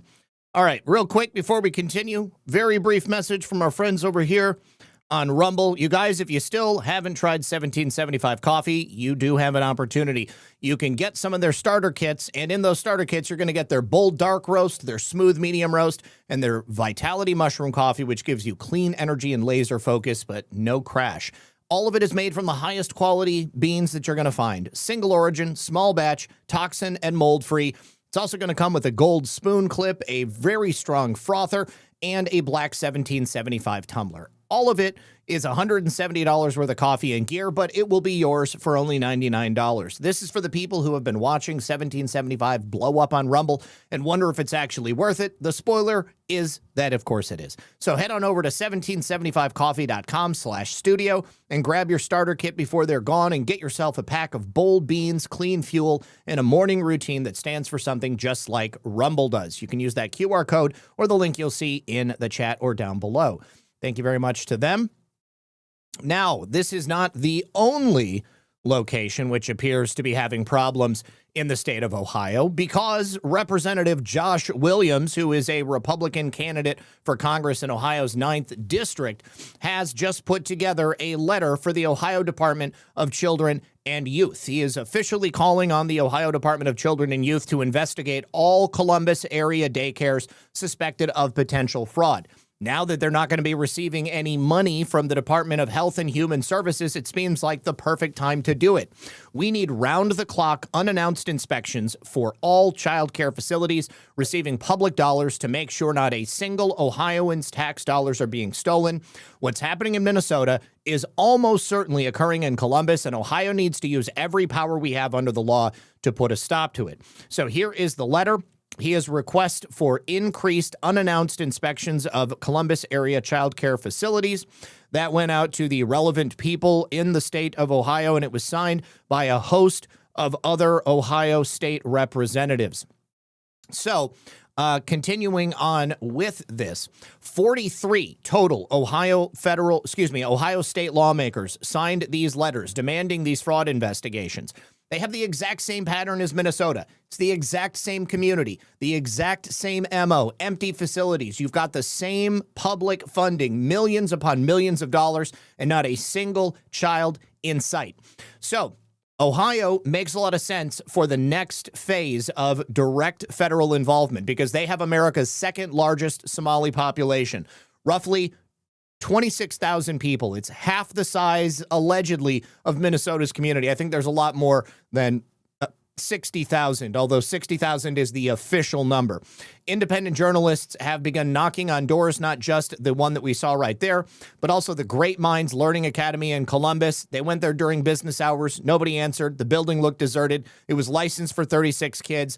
The capacity was 6 weeks to 12 years old. A neighbor who was outside said, "I've never seen nobody coming out of that building or going in."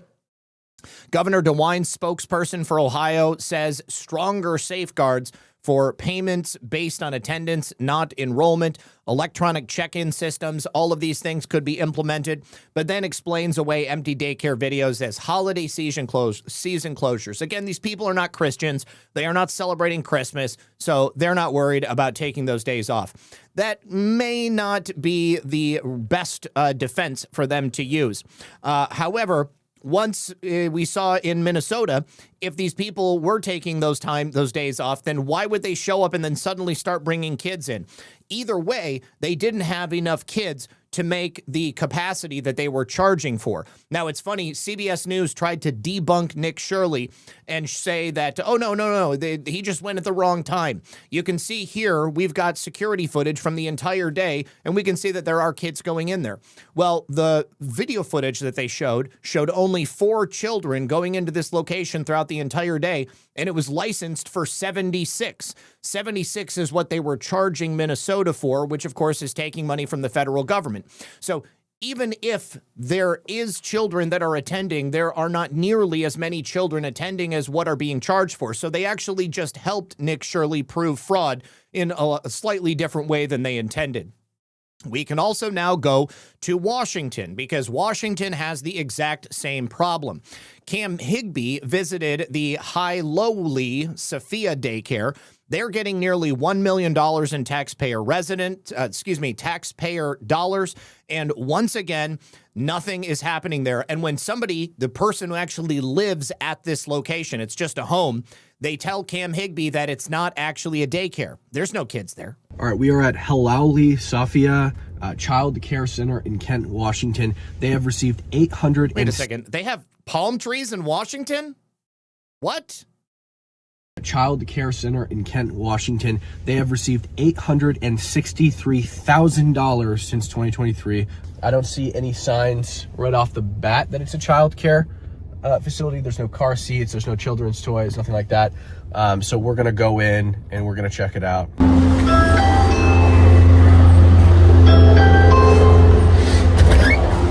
Hi, is this High-Lowly childcare? No. No? There's no childcare here? Okay, got it. Thank you so much.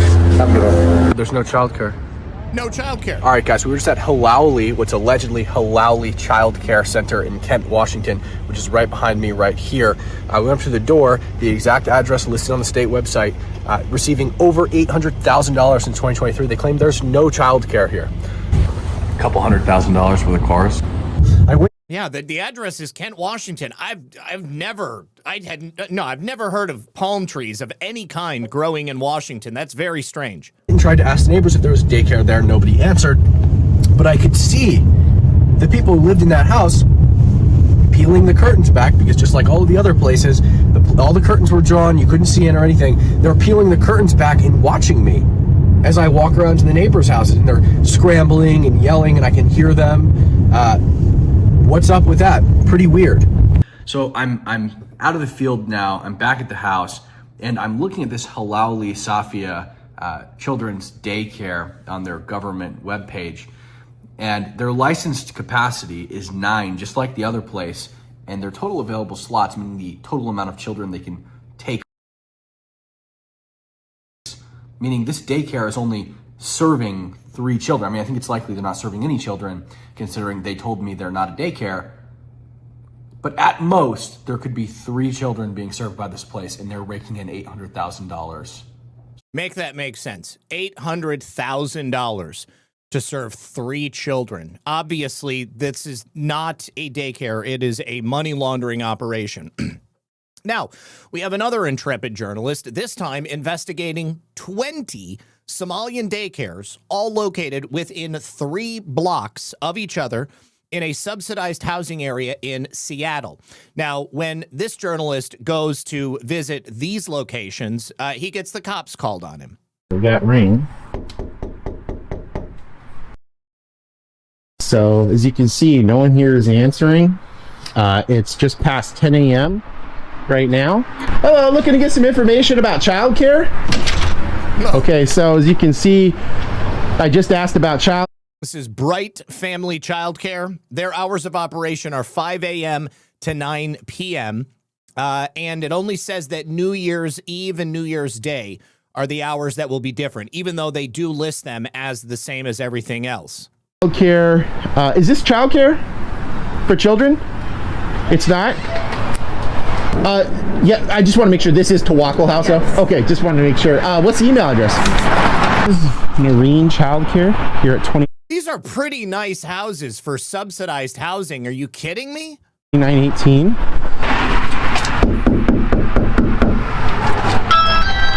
So that's Section 8. Each and every one of these people are receiving Section 8.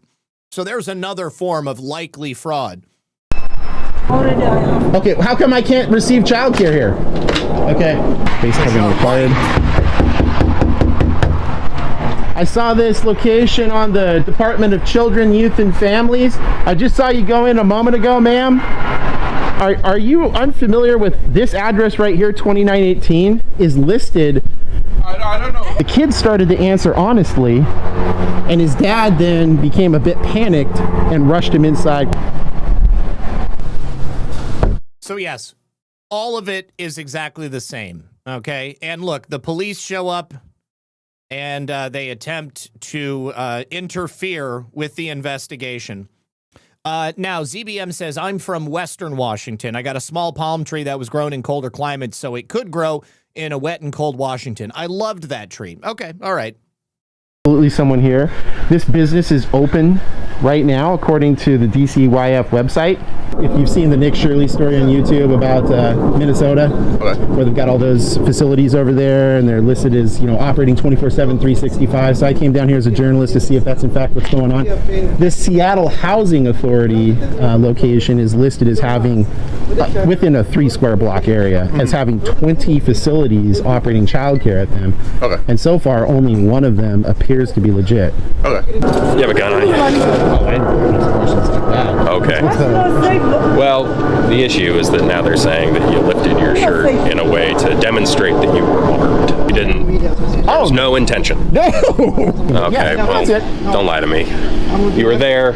There was someone back there. There was someone over here. Did you feel fear for your safety? Like what was going on? No, I didn't feel fear. I didn't feel fearful for my safety. I was just like, hey guys, what are you doing? I was just trying to ask what was going on. And so to that end, did you ever move your shirt to reveal that you're armed?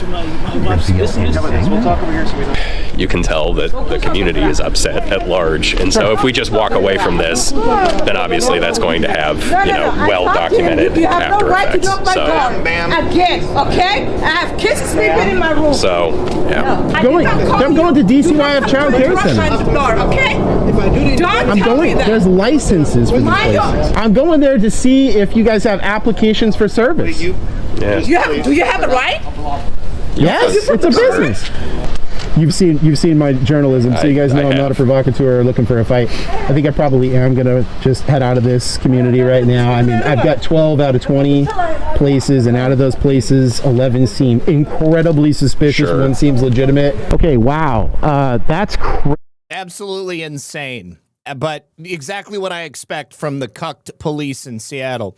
Live by Truth says, all the best for 2026, Zach and Lisa from the UK. Cracking personality and one reason why I followed you for years. I appreciate you, my friend, from across the pond, brother, patriot in another land. Thank you so much for being here. Really do appreciate every single one of you out there in the audience. Now, here is another location, also in Washington. This is the owner of a Somali daycare operation. The Center Square's Carlene Johnson, along with independent journalist Jonathan Cho, stop in at a location in Federal Way, Washington. The daycare owner? Is this an actual daycare, or are you aware of the Somali daycare fraud going on? We're just trying to check out if this is a real daycare. I am a citizen.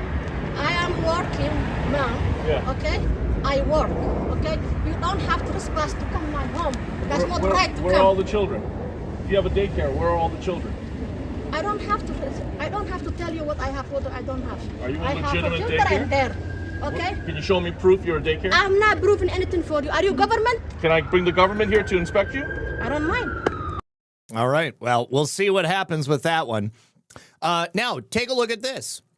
Because we've got many of these investigations taking place in the state of Washington now, a state senator, Lisa Wellman, has just filed legislation to hide information about daycares and their operators from the public. Now, State Senator Lisa Wellman should be familiar to you because we just spoke about her a couple of days ago. She is the same state senator whose friend's son was convicted of attempted first-degree sexual rape of a child after responding to a fake Craigslist ad that was offering sex with minors. And she's also the same one who introduced Bill 5312 to reduce penalties, including the shortening of sex offender registration time from life to just 5 years and community supervision to 3 years rather than the rest of their lives for those people who are convicted. So not only is Lisa Wellman in favor of protecting pedophiles, she's also in favor of protecting Somali daycare scammers. Wouldn't you know it? Not surprised at all. Once again, the state government in Washington behaving in the way I would expect. Also, the Attorney General of the state of Washington is now accusing journalists of harassment for investigating fraud and these fake daycare centers. They don't want you to uncover the fraud because they're the ones who are not only committing it, but benefiting from it. So Attorney General of Washington, Nick Brown, says, my office has received outreach from members of the Somali community after reports of home-based daycare centers have been harassed and accused of fraud with little to no fact-checking. How else are you supposed to do the fact-checking unless you go to the businesses which are publicly listed and available through the state of Washington's own website? We are in touch with the State Department of Children, Youth, and Families regarding the claims being pushed online and the harassment reported by daycare providers. Showing up on someone's porch, threatening or harassing them isn't an investigation. Neither is filming minors who may be in the home. This is unsafe and potentially dangerous behavior. I encourage anyone experiencing threats or harassment to either contact local law enforcement or our office's hate, crime, and bias incident hotline. If you think fraud is happening, there are appropriate measures to report and investigate. Go to DCYF's website to learn more. And where fraud is substantiated and verified by law enforcement and regulatory agencies, people should be held accountable. Well, they're not doing any effort to hold those people to that standard. Now, Harmeet Dillon at the Civil Rights Division of the Department of Justice says any state official who chills or threatens to chill a journalist's First Amendment rights will have some splaining to do. Civil rights takes potential violations of 18 U.S.C. 242 seriously. Govern yourselves accordingly. So if you're a citizen journalist in the state of Washington, continue to do exactly what you are doing. Do not be afraid of knocking on those doors, because if the state of Washington wants to come after you, they will be breaking federal law, and Harmeet Dillon and the Civil Rights Division will then come after them. We have the exact same thing also happening in Philadelphia.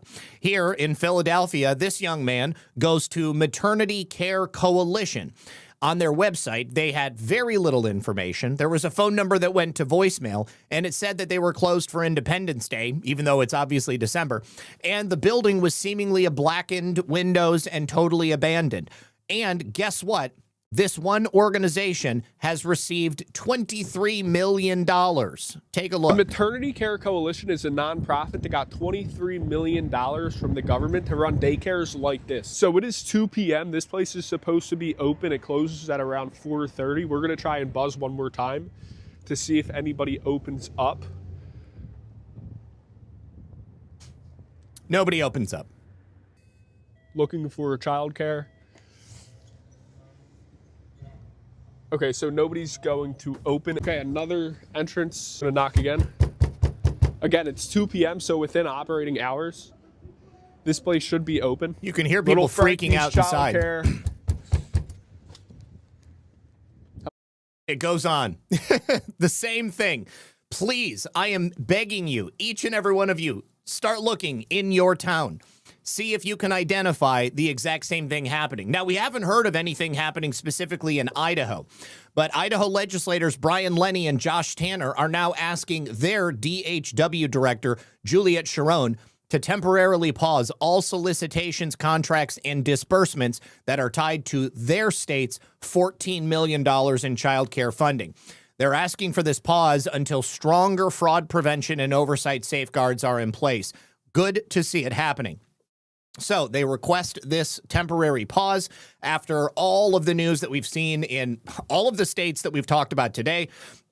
I would suggest that the same type of fraud that we have identified in all of these other states is again happening in literally every state across America. Now, finally, before we go, welfare fraud goes hand in hand with election fraud. This gentleman, David Cate, visited an address in Atlanta, Georgia. This address in Atlanta, Georgia, has 12 people registered to vote. The only problem is it's a derelict and unsafe building, much like that building in Maine that the Somali immigrant claimed to be living at so that he could fraudulently win a city council seat. Take a look at this. Georgia voter registration rolls. In the previous election cycle, 12 people were registered to vote from 850 Oak Street Northwest. Ask yourself, does this place look like anybody who lives here? Nonetheless, 12 people who are eligible to... Holy shit, Governor Tim Walz is in the chat. Oh my God, I love it. to vote. If we didn't know that this was an abandoned place, we would never be able to tell that this is actually 850 Oak Street Northwest, because as you guys can see, there's no even mailbox here, nonetheless with a number on it. The only way that I knew that this was 850 Oak Street is by seeing it on Google Maps. And again, 12 people here in the state of Georgia, a battleground state, were registered to vote from a place like this. We just saw the incredible work in Minnesota by Nick Shirley exposing welfare fraud, but it's important to note that welfare fraud does not happen without election fraud. According to multiple affidavits from the previous election, there's over 1,000 homes like this just in Fulton County, home to Atlanta, Georgia. Now imagine if this is just one of 1,000 places where quote unquote 12 people were registered to vote, how many more places are there? We're going to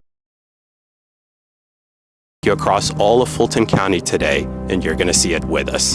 Oh, I cannot wait to see how many places they identify. Now, you'll remember going back to 2020, Liz Harris and her team identified what they called ghost voters. Ghost voters are in literally every state in America. Every single type of fraud that we have talked about on this channel is happening in every state, in every city, all across this nation. Election fraud, welfare fraud, federal fraud, it does not matter. It is taking place all around us, literally at every moment. If we're talking once again about the Somalians alone, $5.5 million per day is siphoned out of the United States of America and sent to the nation of Somalia. How many other millions of dollars every single day are taken from our nation and sent overseas? How much of it is coming from fraudulent sources? How much of our federal debt is due entirely to the problems of fraud that we see taking place in situations like these that we've identified today? My friends, this is the tip of the iceberg, and we are blowing the top off of that iceberg. Now, before we go through these final thank yous on Pilled, I need to give another shout out to the people at Rumble. Celebrate freedom, honor history, and wear your pride for the nation that started it all. Introducing the We the People 250th anniversary hat. It's a bold tribute to 250 years of American independence. The party starts January 1st, and it goes all year. It's designed for patriots who stand tall. This cap captures the enduring spirit of liberty. On the front, the powerful words, We the People stand, stitched in classic script, reminding us of the document that built this nation. Below, 1776 to 2026 marks 250 years of courage, unity, and freedom. The colors say it all: deep red, crisp white, and strong navy blue, a reflection of the American flag itself. And the Liberty Bell stands proud above the lettering, reminding us of the sound that first rang for freedom. On the brim, the Declaration continues: defend liberty. Crafted for comfort, built for durability, and made to stand out wherever you go, this hat isn't just an accessory, it's a statement. Whether you're at a game, on the go, or at a 4th of July celebration, show the world where your heart stands with America. Honor the past, defend the present, and inspire the future. Get your We the People 250th anniversary hat today and wear your freedom proudly. You can use the link below or that QR code that you see on screen and get 40% off. Now, final thank yous to our friends over here on Pilled. Thank you so much, everybody, for the support. Thank you for being here with us, and thank you to Governor Tim Walz for, how did I get dissed? How did I get dissed, Kalenite? Did Governor Tim Walz diss me? Is that what you're saying? Your wife is hungry. Oh, I'm hungry too. I'm about to end, honey. Listen, I just had to finish this up. Okay, Heaven Taste says, Happy New Year, Zach and Lisa, and all the Patriots in the chat. I appreciate all of you. Thank you so much. Thank you to, okay, go to Pquest for the cookie. Dale Bercier, who says, much love, brother. No Cuomo. I hope this is at least a down payment on great steaks for you and Lisa. Thank you so much. We are having steaks tonight. Wolf Dog says, make Ilhan Omar Somalian again. I can get behind that. Sean Joe, thank you for the cookie. Tomcat, thank you for the cookie. Happy New Year. Sean Joe, thank you for 3 cookies. I really do appreciate it. And thank you very much, no matter where you are. Please don't forget, you can still, for the rest of the day, head on over to onenessdrops.com/BOGO Red Pill 78, and you'll get a buy one, get one free on everything they offer on that website, whether it's the chlorine dioxide water purification kits or the Mullen drops or the soursap extract or the DMSO. You can order a big quantity of them, and they will send you a free batch for everything you order. Also, head on over to mypillow.com. Use code RP78 to save up to 80% off of Mike Lindell's amazing American-made products. Also, consciousstrength.net/RP78 or just consciousstrength.net and use the code RP78. This is where I get my methylene blue, which I use on a daily basis. Don't forget also about preparewithredpill78.com for My Patriot Supply survival food. Big offers they have there right now. Thank you for being here. Join me tonight at 9 p.m. for Altered State over on Badlands Media. And then directly after that, we have the New Year's Eve celebration show. Good luck, God bless, and I will see you guys soon. If I don't see you tonight, be back tomorrow at 5 p.m. for another episode of Red Pill News Live. Peace.